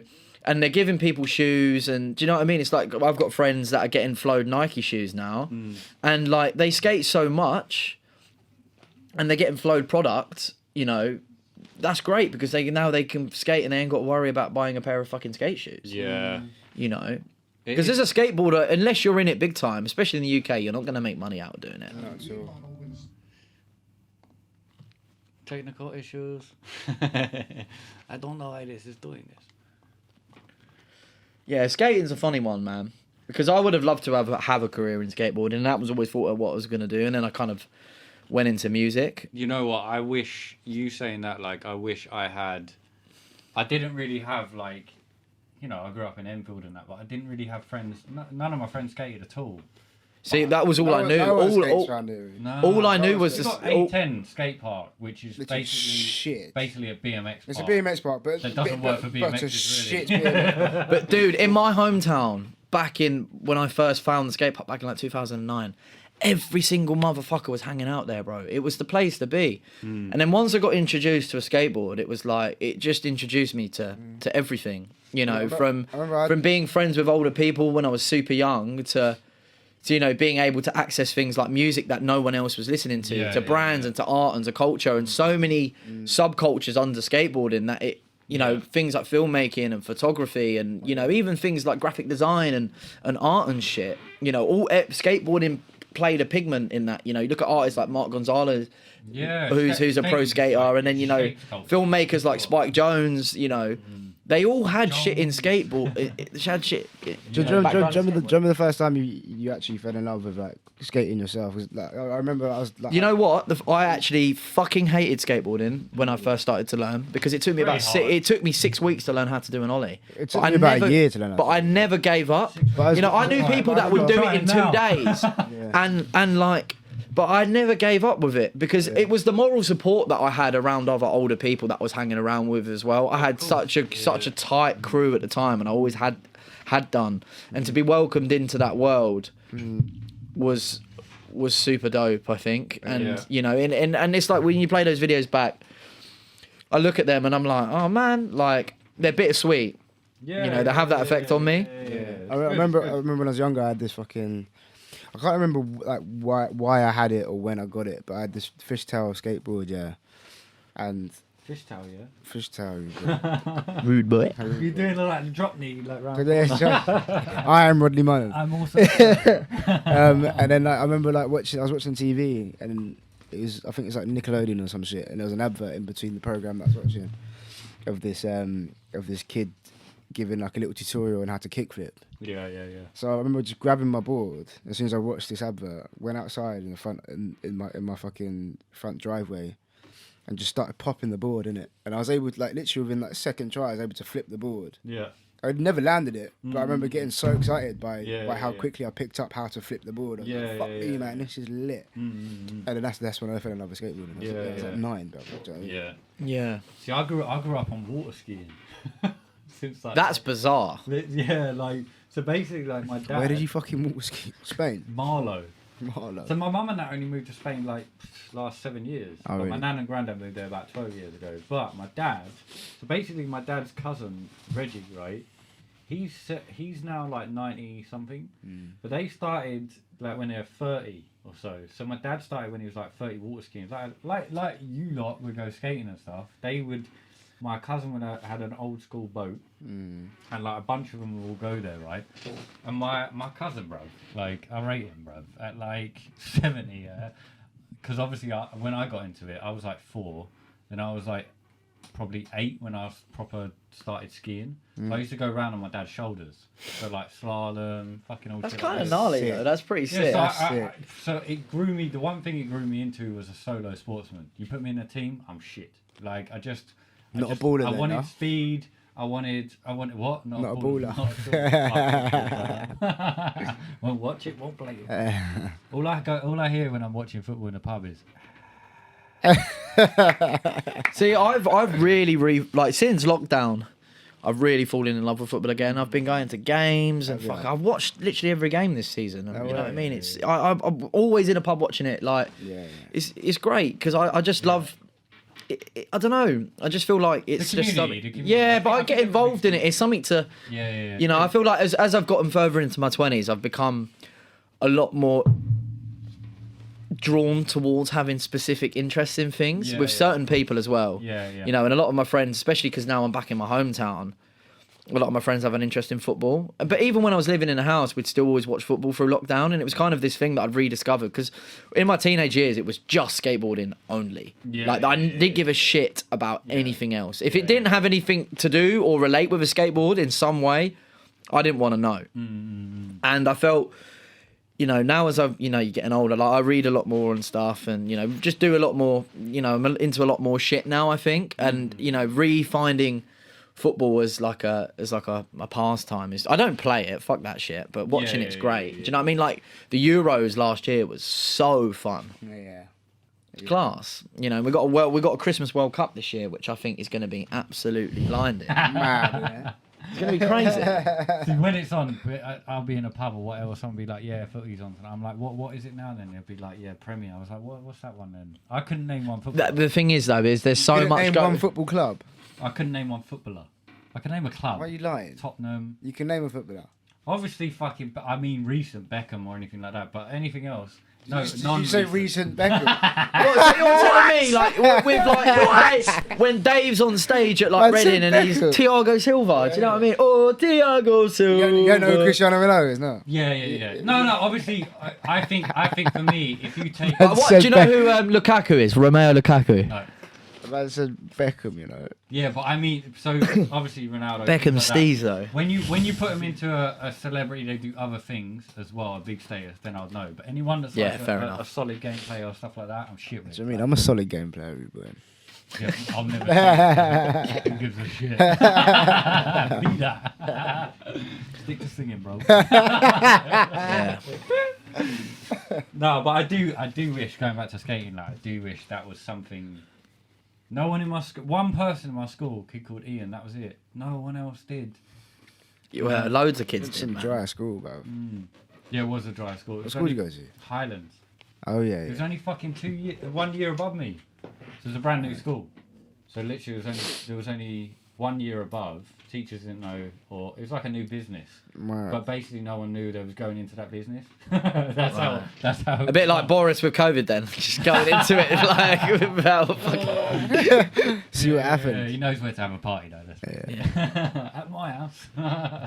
All the time. Yeah, we shouldn't talk about Boris too much. He loses listeners straight. Yeah, literally. But what a waste, man.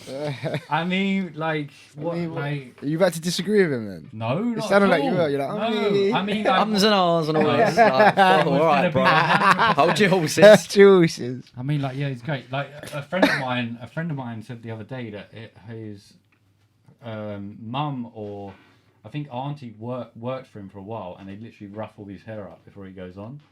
Like, he plays the clown, isn't it? That's the whole act of it. I mean, like, you see them videos of him doing, what's that, like, that video of him where he's got, like, those 2 Union Jack flags and he's, like, coming down on, like, what do you call it, like a zip wire or something. It's like... But you're not, if you see someone as a clown, right, he's a joker. Oh, it's entertaining, bro. Yeah, it's entertaining. You're not going to think he's going to take away your protesting rights. You're not going to think he's going to put all these martial law regulations. How mad is it that we can't protest anymore? What about fucking pretty? What do you mean? If you protesting is going to be illegal. Going to be illegal very soon. Yeah.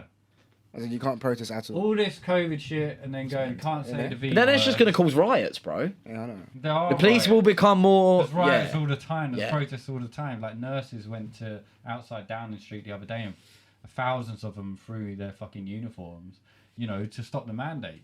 You know, so it's like, but you're not seeing that. You're seeing bits of it, but not. Yeah, I mean, it's not been on the headlines. It's not going to be on the headlines though, is it? You know what I mean? It's not the main narrative, but I just look at it like I see a good one though. You know, last year when it's like Boris is like, he's laying like this, stressed or whatever, and like everyone was like, and then this meme was. So that thing was going around as everyone needs to feel sorry for this man or whatever. Really he's fucking hungover from the party. All the truth always comes out at the end. Of course it does, because truth.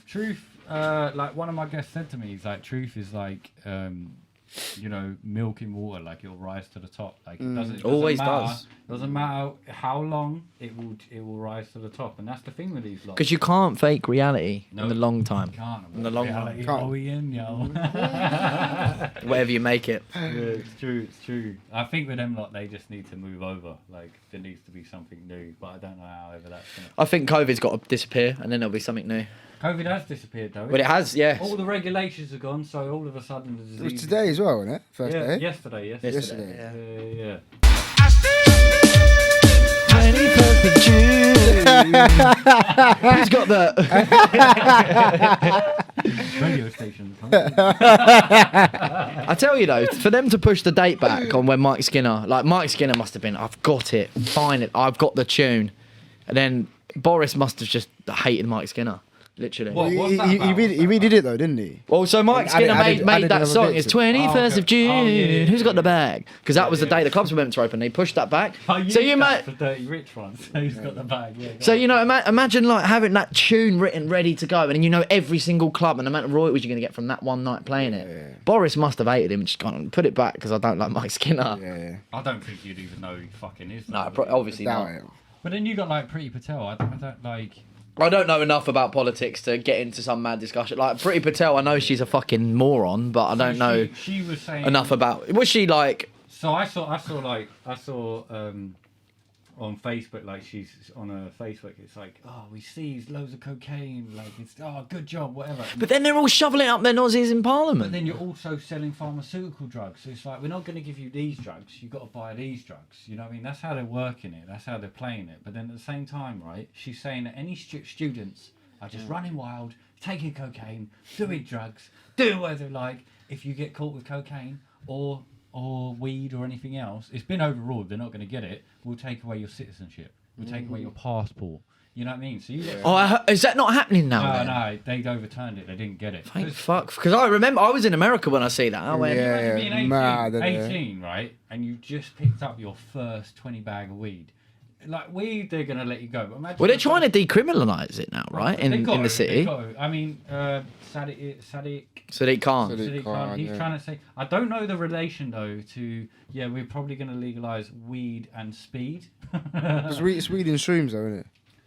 They're doing tests all over London. I literally saw an advert the other day. Yeah. That's What, there's speed in magic mushroom? Anything weed to do and with shrooms, shrooms. just send that advert through. Bro, literally, I saw it the other day. I was like, I'm actually going to sign up for it. You can get paid 1,500 quid. Yeah. What, to go out and trip? Bruv, to be in a hospital ward for a weekend. Yeah, you just need a banging shrooms. mental disorder. Oh yeah, I can just say I I'm depressed. Sick. Everyone prove that I'm wrong. We live in London, Just So- fake some tears, mate. You see. So there's a guy. Well, technically, I mean, I do. I can show him my ADHD card, innit? Or just sit on the chair outside. Just go. But there's a guy I've emailed, but he the philosopher of the mind, the psychedelics I spoke to before. He's done a podcast with a guy called Mr. David, Dr. David Nutt, Professor David Nutt. Yeah. And he's done a test with the BBC and done psychedelic mushrooms. And it was like 6 or 7 people did mushrooms for the first time they've ever done. They've done like 6 or 7 grams for the first time. First one they did, they're laying there. There's but you can go Norway, you can go Jamaica, you can do these retreats all the time. You can go Hackney, but let's not tell no one that one. But basically, yeah, they done one session, and these are people that are addicted to antidepressants, cannot get off them, can't not, they're fucked. Basically. Well, doing mushrooms is basically doing a fucking big fat antidepressant, isn't exactly, it? So Big fat. Yeah, because it's ego. It's like I'm a happy guy. Like I don't really struggle with mental health too badly and stuff. Yeah. But I take mushrooms, bro. I'm on some serious fucking smile. Like it's I'm like looking at I'm looking at grass and I'm like, it's the best thing in the world. So beautiful. I love it. It's like. But the first session they did was very like see the church, see the they saw like a church or something that resembled like niceness or whatever. Second one was like something represented them in a cage or trapped or anything else, and it was 5 or 6 people that kind of had the same outline of being caged in their environment, their mind, whatever, and they'd freed it. And then most of them were fine. One or two, they needed a regularity. They needed it again in a month. But I think also it's like you can do the mushrooms and they'll solve maybe the problem for a while, but you also need to change the lifestyle. Like you need to meditate, work out, everything else. Because I think that for it to actually work, we're humans that relate to a substance. We either relate to alcohol or weed or whatever. Gal. Gal them.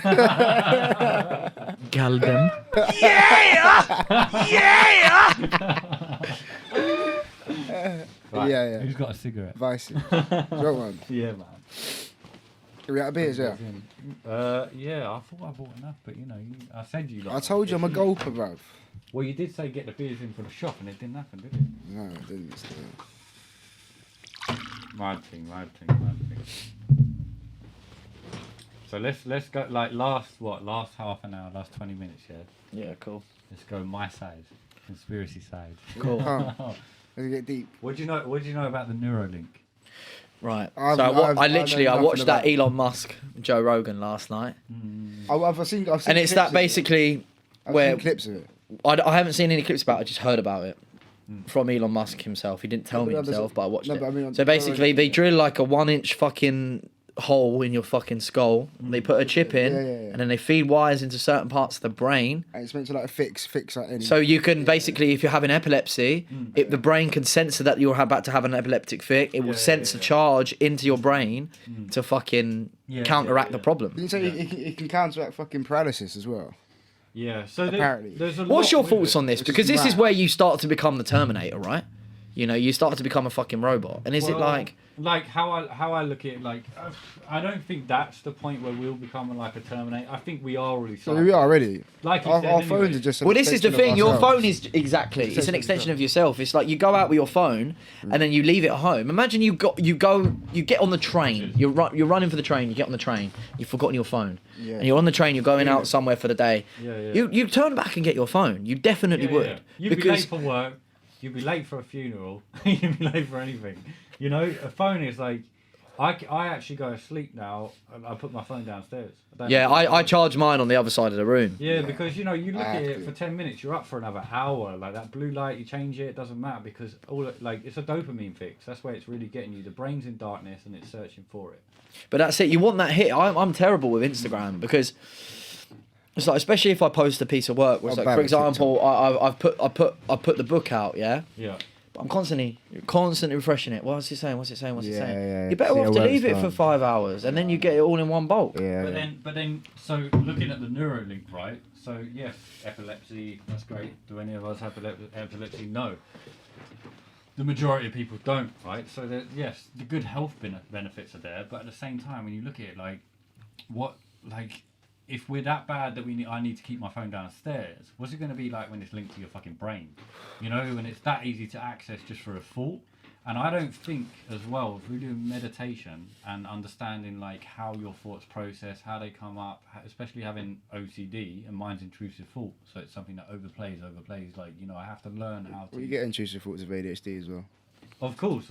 So you understand. So it's like, it's just, you have to learn how that is going. But then when you got something else bringing data into your mind or taking data out of your mind, you don't know how it's going to work. I think it's like, I don't think it's something where it should be brought into a human because it's been tested on a pig that can pay.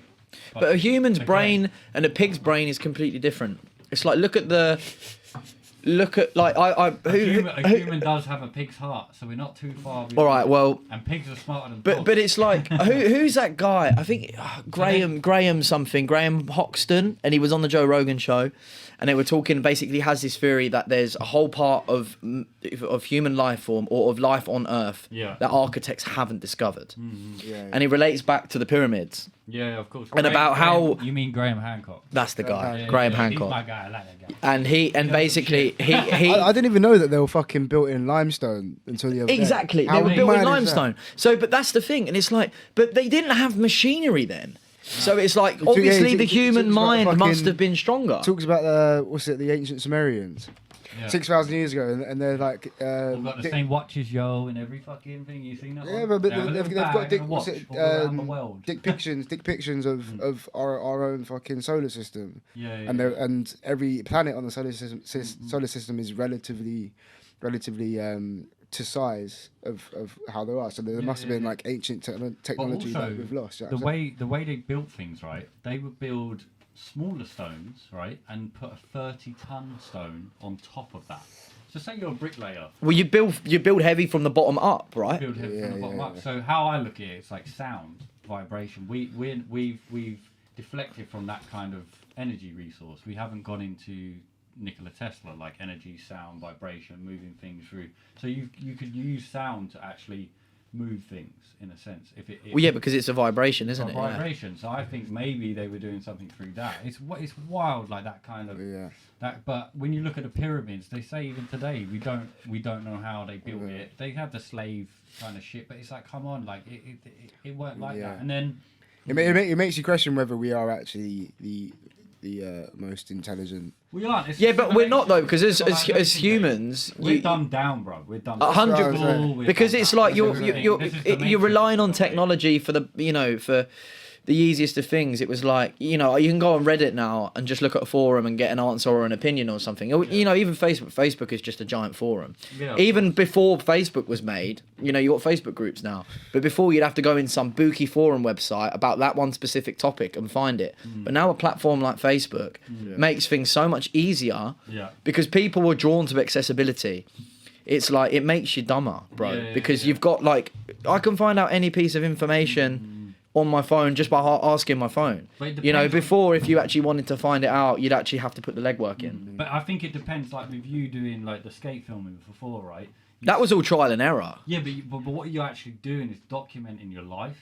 So you're seeing it as a visualization where you want to be, and then you're taking note of it. And then I think when you scroll something, see it, read it, it's like when you get thoughts at night. I do. If I think of a pod, I write in notes, go down all the time. My notes. Yeah, so you do that, but Notes you never look at again. But once you've done that, then you've documented it, and then if you produce it, I think then it becomes knowledge with you because you've experienced it. But that's the thing. It's like innocence and inexperience, isn't it? Your knowledge grows for the more experience you have. Of course. Yeah. And I feel like that's the thing with kids today, especially in talking about the whole technology thing. It's like kids nowadays, they don't go out anymore. When I was a kid, I was always out on the street playing football, causing chaos. Yeah. Nowadays, man, you never see kids out on the street playing. What do you think was the most downloaded app on Christmas Day? TikTok. Oculus. Oh yeah, obviously, because everyone's been bought. My cousin, he's 10 years. He's like fucking 10 years old. He got bought one, and I think VR is a very, very. I mean. So it's good for something. Yeah, but I think as I think as a platform though. Okay. Okay. I think as a platform though, I don't really get it. It's not like the cinema. Do you know what I mean? Unless there's VR spaces that you can go and immerse yourself in, because not everyone's got it's because it's not a consumer standard yet. Do you know what I mean? Not everyone's got the accessibility for it. Like PS1, right? I got the first PS1. I got Croc. Right now, Croc, Croc, Yeah. That's all. So now it's GTA. Yeah, fucking. Then it's gonna be, real engine. Then it's gonna be so. If we're at the forefront of the metaverse, so it's gonna go. It's mad, in 10 years, right? I reckon there's gonna be. The next 10 years are gonna be crazy. There'll be no difference. Well, you're gonna go in there, and you it's like. the stimulus from it, once you take it off, you're going to be depressed in the real world because it's going to be so intoxicating in there. And then I see these correlations, like you're saying, what it's like Terminator with the Neuralink, right? You got a guy inventing that, but also saying you should be terrified of AI. So it's like you want to implant, but also you're like warning people. That's the thing. It's like I watched that Elon Musk thing, yeah. But it's like the way he speaks. He's always very hesitant about every kind of thing. It's like Joe Rogan will pick his brain and be like, "Oh, so you're doing this," but he will never actually sit there. Give it away. He's never giving it fully away, and he's not selling it. He says very. He's got autism as well, though. So No, yeah, of there course. is that as well. Yeah, give him But you have, I feel like people who works. are that successful and have that, you know, like he was saying about how he allocates his time for his different projects. It's logical first. You have to be a certain type of person to have that sort of pleasure. Because to me, like what I do, I love what I do, but there's an off switch. Yeah, and that 100%. off switch has to be turned off. 100%. You know, it's like, you know, whether that's going to the pub or smoking a joint or whatever that may be, I have an off switch. And don't get me wrong, if I was able to put my 100% brain power into what you do, 15 hours a day, I'd be unstoppable. Yeah. But my brain, I get to 5, I start at 10, I get to 7, 8, 9 o'clock, I've got to turn off. Because you can't do it anymore. No, you need a break. And also, I find like working on a computer all day or working on that, like, I need to stop around 9. Otherwise, I'll be up till 2.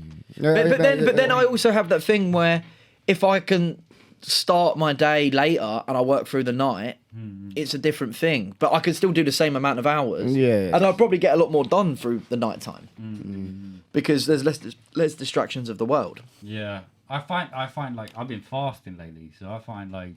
So you've been fasting for ages, no? No, but like fasting, like I've been doing 7 in the evening till 6 o'clock the next day. So like a 20. What were we doing before? 2 till 10. 7 till 11. I never break fast. Like I never have breakfast. I just eat after 11. But I found when I did 6 till 6 o'clock, I think like, you know, if you hear people when they work out, they don't eat. You never eat before you work out really because you're in hunger mode, right? But like I eat before I work out. Do you? A good 2 hours before, yeah. Yeah, but straight before. Yeah, but you might work out in the evening, innit? So maybe. No, I work out in the afternoon. Yeah. So, but for me, I work out straight in the morning, or flatmates, we might do. Do you not get fatigued though? Because you're running on last night's fuel. I don't know. Like, there's so much with fasting. Like, you've got autography, and then you've got ketosis. Because I think like eating is this other consuming thing where it's like we don't need to really eat that much. Well, but that's the thing. It's like, again, with the world that we've been brought and introduced to. Like, you know, if you're hungry at midnight, I can get in the car and drive to the drive-through. Yeah. And that's because you know that thing is there. You're drawn towards it. Yeah, Golden arches, boy. That's what I'm saying. Yeah. You know, whereas like, you know, if you're back in many years ago, it was like, you know, you were eating what you had. Yeah, I mean, for me, like that day, I was more focused than ever, and I didn't eat till 6. And then even when it got to 6, I wasn't that hungry because I think, but my body's so built into like fasting for a long. Have you ever water fasted? Yeah, I've done 70 hours before. Fucking hell. Yeah, but that was good. Like that was really good. But I couldn't do that. Do you struggle in the process of doing so, or are you just like whatever? Yeah, you do on the first thing, but I didn't do it like, oh, I'm gonna do I've started fasting. I'm gonna do 70 hours. I was doing like maybe 24. Then I did 30, then I did 40, then I did 70, you know, over a space of like 4 months, you know, so it weren't like going straight into it. But then you got breatharians that don't eat at all. And that's a mad one. And people straight away go conspiracy or pseudoscience, but like, there's people that like, their kind of vibe is like, if you're eating food and it's not a dead corpse, it's a plant. That plant absorbs energy from the sun, so you're absorbing energy from the sun. So what they believe, or what they do, is meditate and sun. They get a lot of sun. So I'm like, you can't fucking do that in England, bruv. In the winter, it's grey clouds for fucking. You know, if you're in the fucking Bahamas or you're in, I'll die in a couple of days. Being Sunshine City. So you get 20 minutes, mate. That's not going to feed your fuel, is it? Like, come on. But then I look at like, if that's possible, then you know. What really is possible for the human, but what kind of makes me feel that that's really strange is why would you have a digestive system? Why would you? Because you're meant to eat. Because you're meant to eat in that way. So, but whether that's an evolution or not, but then you've got other people like Elon Musk, where it's like the evolution is to put us into the technology rather than have. But I just feel like that's the human race being what they are. You know, it's like it's like a lion's main priority is to mate and eat and be a predator, whereas I think humans have a nature for wanting the next thing. We're experienced. Yeah. So it's like, we develop this technology, the next person's going to go, how can we push that technology further? It's greed in a way, though. It's greed, exactly that, And it's like, why do you think we have wars and religion and stuff? Because it's people have entitlement to wanting to have power. It's the same, I can't think of a good example, but it's the same reason why like you can have 3 different words spelt differently that mean the same thing. Just like someone else going, yeah, cool, but the English language is class at that. Yeah, that's what I'm saying. That's it. Everyone has different vocabulary. Depending on where you're from, and I think that's why England's nuts as a country, especially because you travel from, where I'm from in Essex, 4 hours up to Liverpool. People are so completely different. But in America, you travel 4 hours outside of LA. People aren't really too different. All right, they might not be as as fucking TikTok worthy or wanting to be an actor or a director or a famous music producer, but the entity is it's still the same within that same radius because the place is so fucking big. What are your thoughts on aliens? It's quite funny. I just wrote a music video about an alien. Yeah. So we had this dance track coming. We haven't won it yet, but I wrote this idea about a music video where basically there's like 3 lovable fools on a farm. They're like farmers. Yeah. And then as the chorus drops, a big illumination lights up the sky, and Bob the alien appears. And they take. So I want to get this this guy, like an actor, dressed in prosthetics, and basically these 3 farmers take out this alien on a day on the farm, and they just get fucked up and do loads of brooms. That's the end of it. Like a pool vibe, isn't it? Exactly. Yeah. So it's kind of that. Yeah. So, but yeah, aliens. It's a bit silly to not think to completely dismiss the idea of them existing. I think there's like, if we exist, something else definitely exists. Yeah. But also, I think that like their technology is going to be a lot more advanced than ours. Yeah. I feel like we're not going to see an alien, and if we see an alien, we're probably not even necessarily. Then we wouldn't necessarily know that we've seen one. 10 years old, yeah. I think I've only told like 2 people about this, but I've woken up in the middle of the night. So now you're gonna tell like swear to God, yeah, 800,000 of our listeners. I've woken up in the middle of the night, gone to the toilet, come back, and I mean, there's a very good chance I was just hallucinating. But yeah. I've looked out my window, before I've gone back to bed. There's a circle thing with like red and green lights, What the fuck is that? Yeah. Is it not just a traffic light changing lights outside your fucking window? Nah, blood. There's a circle thing in the sky with like red and green lights just going around like that. And then within like 10 seconds, just gone, boom, just flown off. I've gone, what the fuck? I'm going to take that to the grave and not tell anyone about it, because obviously it's a bit of a controversial thing for me to be like, oh yeah, by the way, I saw this fucking flying plate in the sky. But I think though, back in the day, it was like, it's like conspiracy now. Conspiracy is a known fact. It was weaponized after JFK by the CIA. Yeah. The shit, I'm on this shit all day long. My solo posts are mainly based around this stuff, right? It's a weaponized word. You say that, it triggers so many emotions without fact, or so many emotions without asking a question back. Okay, so what would a synonym be for a conspiracy? Theory. Okay. It's a theory. It is a like theory, I saw something, but the thing is, when you class it as but it has to. But what makes it a theory is you have a backup reason for it. A conspiracy is to conspire against the truth. So really, when in your head, your subconscious, when you hear conspiracy, really what you're thinking is that that's not true. Don't talk about that. Fuck off, it's nonsense. That's what people make. But it's a theory that conspires against the truth, that has a backup reasoning for that particular person to believe that. What's the agenda behind the original truth theory? Is the conspiracy actually the truth, or is the truth being put out by an agenda that you don't know really why that's happened, or what I mean? It can be that way. And there are a lot of conspiracies now, 20 years or 40 years on, that are true. You know what I mean? So going to the alien thing. The Pentagon last year, the Mandela effect. No, well that's another parallel. Parallel realities. We don't know when you make a decision you're going to split one way to the other. Who knows? But when you look at the aliens, if you're in America and you're watching Fox News, they're talking about it all the fucking time. Seen it here, seen it there. So the UN has put out with the Navy videos that they say, look, we don't know what they are, but they're flying around. They call them Tic Tacs. So basically, they're like a kind of white tic tac shape, and they can move. And that clusters as well. Yeah, so they can move from here 60 miles away, and they say within a minute, but that's when the radar picks it up. They don't know whether it's there or then. They call them anti-gravity propulsion systems, meaning that it doesn't work in our realms of physics. So even the UN now are saying that, but whether the UN is saying it because it's a play what they're going to do, who fucking knows? But we're in a realm now, I find, where everything is changing to all the shit we used to think is a joke. It might be a bit like, okay, that's... it might be real still. And that might have been an alien you saw. Man, not bad. And then you'll be on the next fucking Netflix doc that you see. You were an alien UFO survivor. Actually, turns out that 2 doors down the road, your next door neighbour disappeared. And you didn't. So I think claps all round though, surely. I think I hate the word conspiracy. No, you don't. You love it. I like that I've picked your brain on that because it's made me be able to like it more. It makes when I'm saying something that I've researched, it's like flat Earth. Straight away people go, that's fucking stupid, because they think it's a flat disc in space. When you actually talk to this person for an hour, yes, they can get lost. It could be Plato's cave. You're stuck in your own surroundings researching something and you think that's what it is. So every time you find something that's evidence towards that, you keep going to that goal. And you're not really looking at other things. It could be that. But it's so in depth like that it's you can't just shun it away. There's other things to it and we don't really know. But so how comes there's satellite image, so just how comes the satellites and the Earth is round? So when you look at satellites, right? How many satellites there actually are? There's 7,000. And when you look at these media things that go out where there's space junk, right?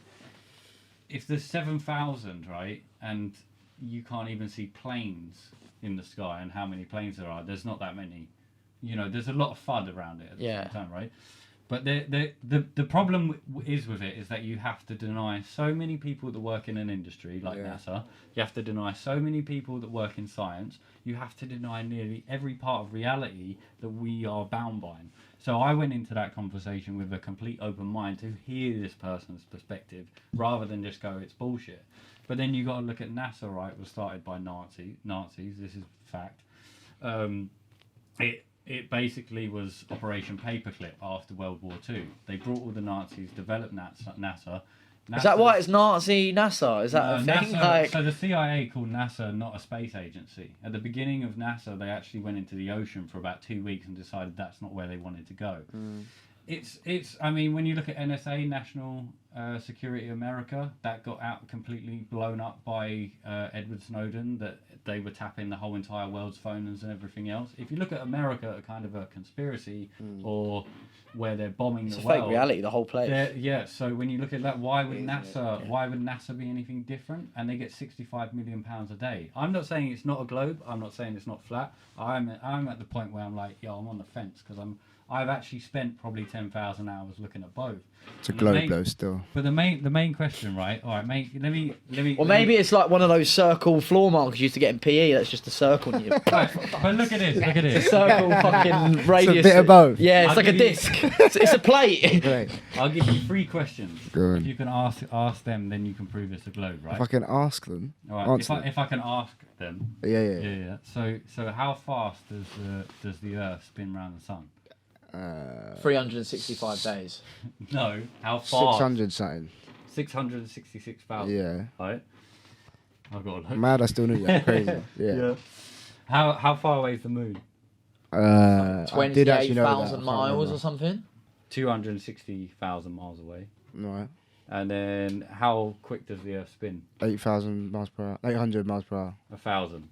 Well, You're yeah. not far off. Yeah. It's like 938 miles per hour, isn't it? So there's average, like not quite right, but there's still a kind of the module's quite easy to understand because it's replicated. Make sure you use that as a snippet though, because I look smart in that still. Yeah. I'll change it from 800 to 1,000. Yeah. Just make sure you get the voice pickup after you saying it. And it's quite. But a lot of time, what I realised through doing this, because I went straight into it, globe is this, whatever. Like, what fascinates me so much is how irate people get. Like, because that's your main reality. You've seen the globe in your life more than you've seen anything else. When you think about it, it's in everything. The globe is in everything. So subliminally, there's no question.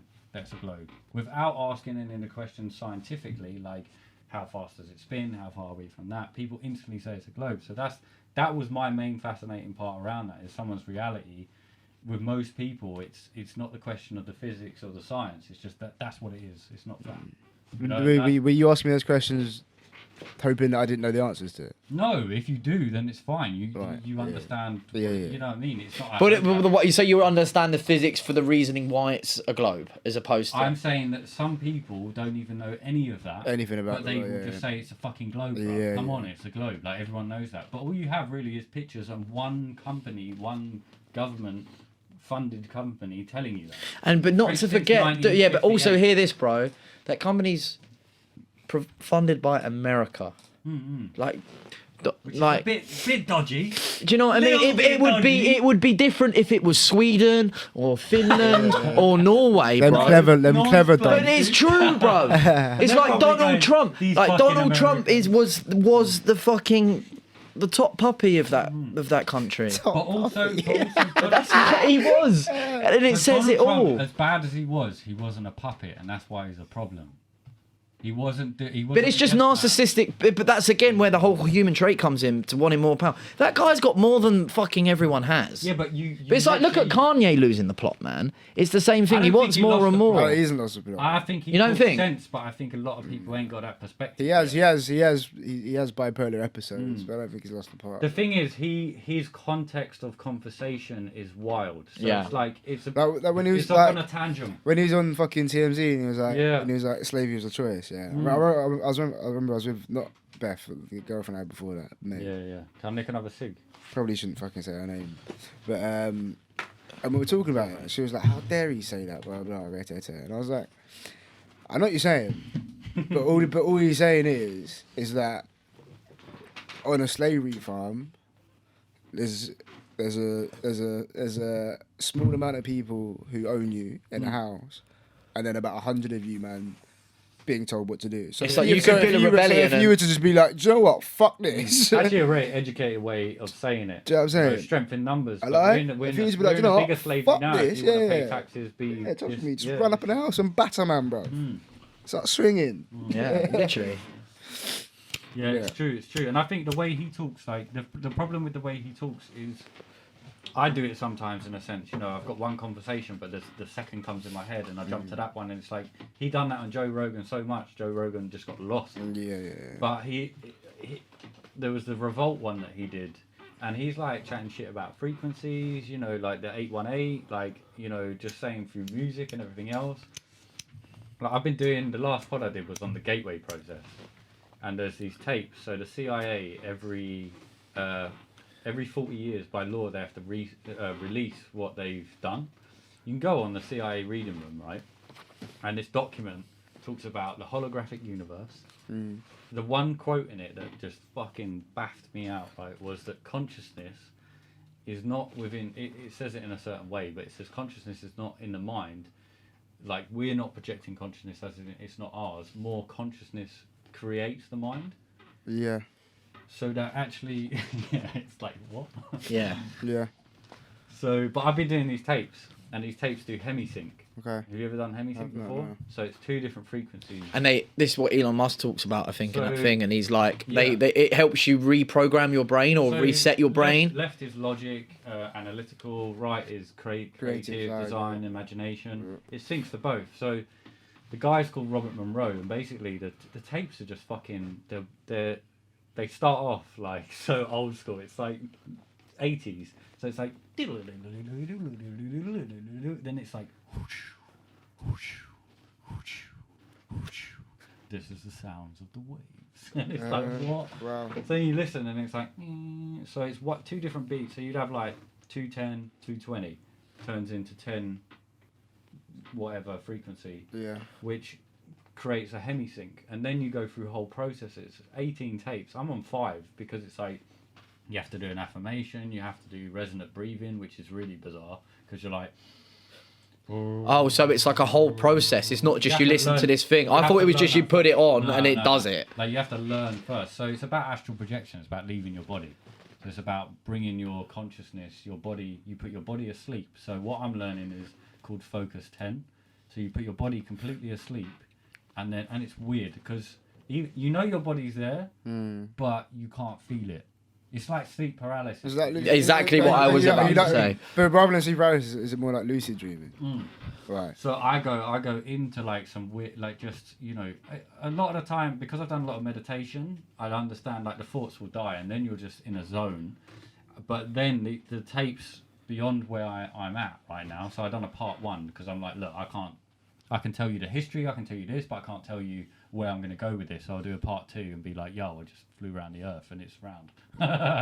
But basically, like, it goes to remote viewing, MK Ultra, which is like mind control. It goes to telepathy, goes to past and future, so you can see in the past and the future. If this was some nutter on Instagram saying this, I would, whatever. But this was the CIA, this guy developed it in an institution, or an institute that he developed, an industry basically. He was doing it himself. The CIA come in and the US Army and developed it through soldiers. Then this document is actually the assessment and analysis. So they did this, and for years, this was 60 years ago or 40 years ago.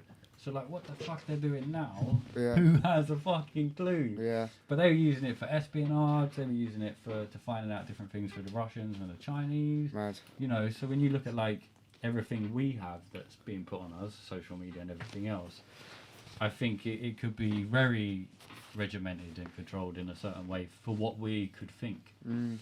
But that's as deep as I can go. You know what I mean? It's fucking nuts. Yeah. I'm down for another piss, boy. Yeah. What's that one? Go. After this. You go, piss. No, I can hold out for a bit. We take 5 minutes. We've got 5. We'll just end it on 5 minutes. Go on, yeah. Let's carry on. Yeah. Fuck it. I can hold for 5 minutes. I can hold till when I can just hold. I'm fine. I'm not like at breaking point yet. Besides, I got a cup, so. Hear that little pouring sound. Straw underneath there. You just. But yeah, that's as much as conspiracy shit as I've got, to be honest. That's as wild as it gets. Yeah, but I think with that, I know it sounds nuts. Like you're sitting there listening to frequencies, you're talking about moving into the past and future and everything else. But it's like we're so dumbed down that really it is just sitting in your room with your imagination. Yeah. You know, it could just be that. But the fact that it's been tested on soldiers and everything else, you just think, well, there must have been some light in it. There must have been some light in it, and there's a lot of things. So are you saying that as a theory or whatever you would call it, is it kind of been neglected within modern theory. day? I just don't think you're not meditating in school, are you? You're learning science. Do you think people should be? Yeah, in China you are. You know, they do 20 minutes in the afternoon, stuff like that. It's those kind of things. I think that we're not taught for a certain reason, because you have to go into a system where they want you doing a 9 to 5, they want you paying taxes. You know, you can look at the whole world as this corrupted bullshit, but it's like, it is a choice. Whether you go along with that or you don't. 100%. Yeah. Yeah, mad. Anarchy to the system. Anarchy. Yeah. Anyway, on that note, let's call it a night. It's been fun. I want to go out. I want to go out, Chad. And you know, that kind of shit just fucking tires you out, man. Yeah. We didn't good do to hours, see you though, Tommy, mate. Mate, it's so good to hang. It's been a while. Come on. Bruv, it's amazing to see you. Yeah, it's been. When was the last time I did see you? When was the last time I see you? Was it a gig? It must have been. I'm don't baffled. even know. I don't know. Really? I genuinely don't know. Was it? What? We're talking years. His gig. It was in Camden. It was your gig in Camden. Oh fuck yeah. Yeah. Like 2 days before first lockdown. Yeah. Everyone was on the sauce. Who did you? Was it Noisy you supported? Yeah. Yes, because I remember now, because we was in the downstairs bar like all night. Do you remember that in the assembly? Yeah, it was in the downstairs bit for yeah. fucking ages afterwards. Yeah. I got kicked out. Oh, never mind. I won't say that. Good behaviour. I got kicked out for being too good. Because people were being naughty. Yeah, just, you know Telling them what? off. I got kicked out, and the bouncer was like, he like pulled me aside outside. He was like, "Do you know what? Yeah, I've heard from the promoter and the bar staff that you smashed the show, so I'm gonna let you back in." Yes. The perks of being a musician. I had my arms aching. So, On a last note though, what festivals are you hitting this year? But I don't really go to festivals as a punk. I've actually got quite a few in the pipeline. Yeah. I've got like What to go or to work at? Or I mean, like for me, working is kind of same. Innit? Yeah. I don't go as a punter. I'd rather go and have something to do. Yeah, because then I just make a tit of myself and just get too fucked up. So, you know, I've got like Glastonbury and a few US ones and stuff, but like nothing's super locked yet. Do you know what I mean? Yeah. But I'll end up being at Reading and all the usuals for sure. Hopefully, a couple of European ones for me. I'd love to do some European ones. That'd be wicked. I haven't done any for a long time. There's some in the pipeline which I might get, which would be sick. But yeah, I want to go like a wellness one, man. I want to go like like there's one in Orlando. It's Orlinda, something like that. It's in Mexico. Okay. Looks sick. You can take some ayahuasca, are you? Yeah, nah, that's Peru. Soon. In Peru. I'm sure you can get it in Mexico as well. Yeah, in Peru with Ryan coming soon. Let's go. Let's go. Take the shed with Louis Farubin the whole way through. Right, lads. Well, thank you for coming today. Thanks, got any man. plugs? Anything coming out? You got your book? The book's out. Yeah, I've put a book out. So if you're listening, grab a copy. Yeah, I'll leave all the links. You got a next gig in Brighton, innit? Next gig in Brighton. Any Brighton listeners? Single coming up next month, hopefully, and then. What's this one called? Have we got a name for it yet, or we're not letting that out? Yeah, it's called Burn It Down. Oh, jeez. Burn it. We need to talk. We need to have a serious chat and talk videos, bro, because we've been saying it for years. I deleted that question. You do. I was like, when are you two gonna work together? Because I was like, I don't want to. No, I'd love we need to. to. I've been a fan of your Mine shit, would be and your sick, bro. your swag as fuck. So do appreciate you know what I mean? We could do something sick. 100%. I think And we should, it works so much better when you're pals as well. Yeah. We got to do. You know each other, do you know what I mean? Yeah. We'll do this again as well, man. We'll do it once we've made the video. I think, Yeah. Come on. Little before and after You one. got to handshake it. Yeah, that's what we do. Alright, my mum taught me pinky promise. Alright, we're doing it. Wait, you got to bite your thumb as well. My guy. There you go. We're doing It's it. real now. It's happening. It's happening. Someone's better than me. It's like they've really spun a web. Our consciousness I can't describe how it is. is slightly false To me, it's a slightly darker version, because there is a but I could look into my collective consciousness. imagination. Truth is what real reality is based on. Art in art as well. my crazy. Your art is there. Just because you say it's like that doesn't mean I'm going to read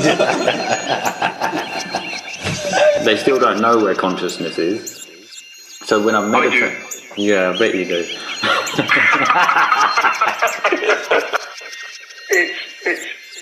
It's basically your heart.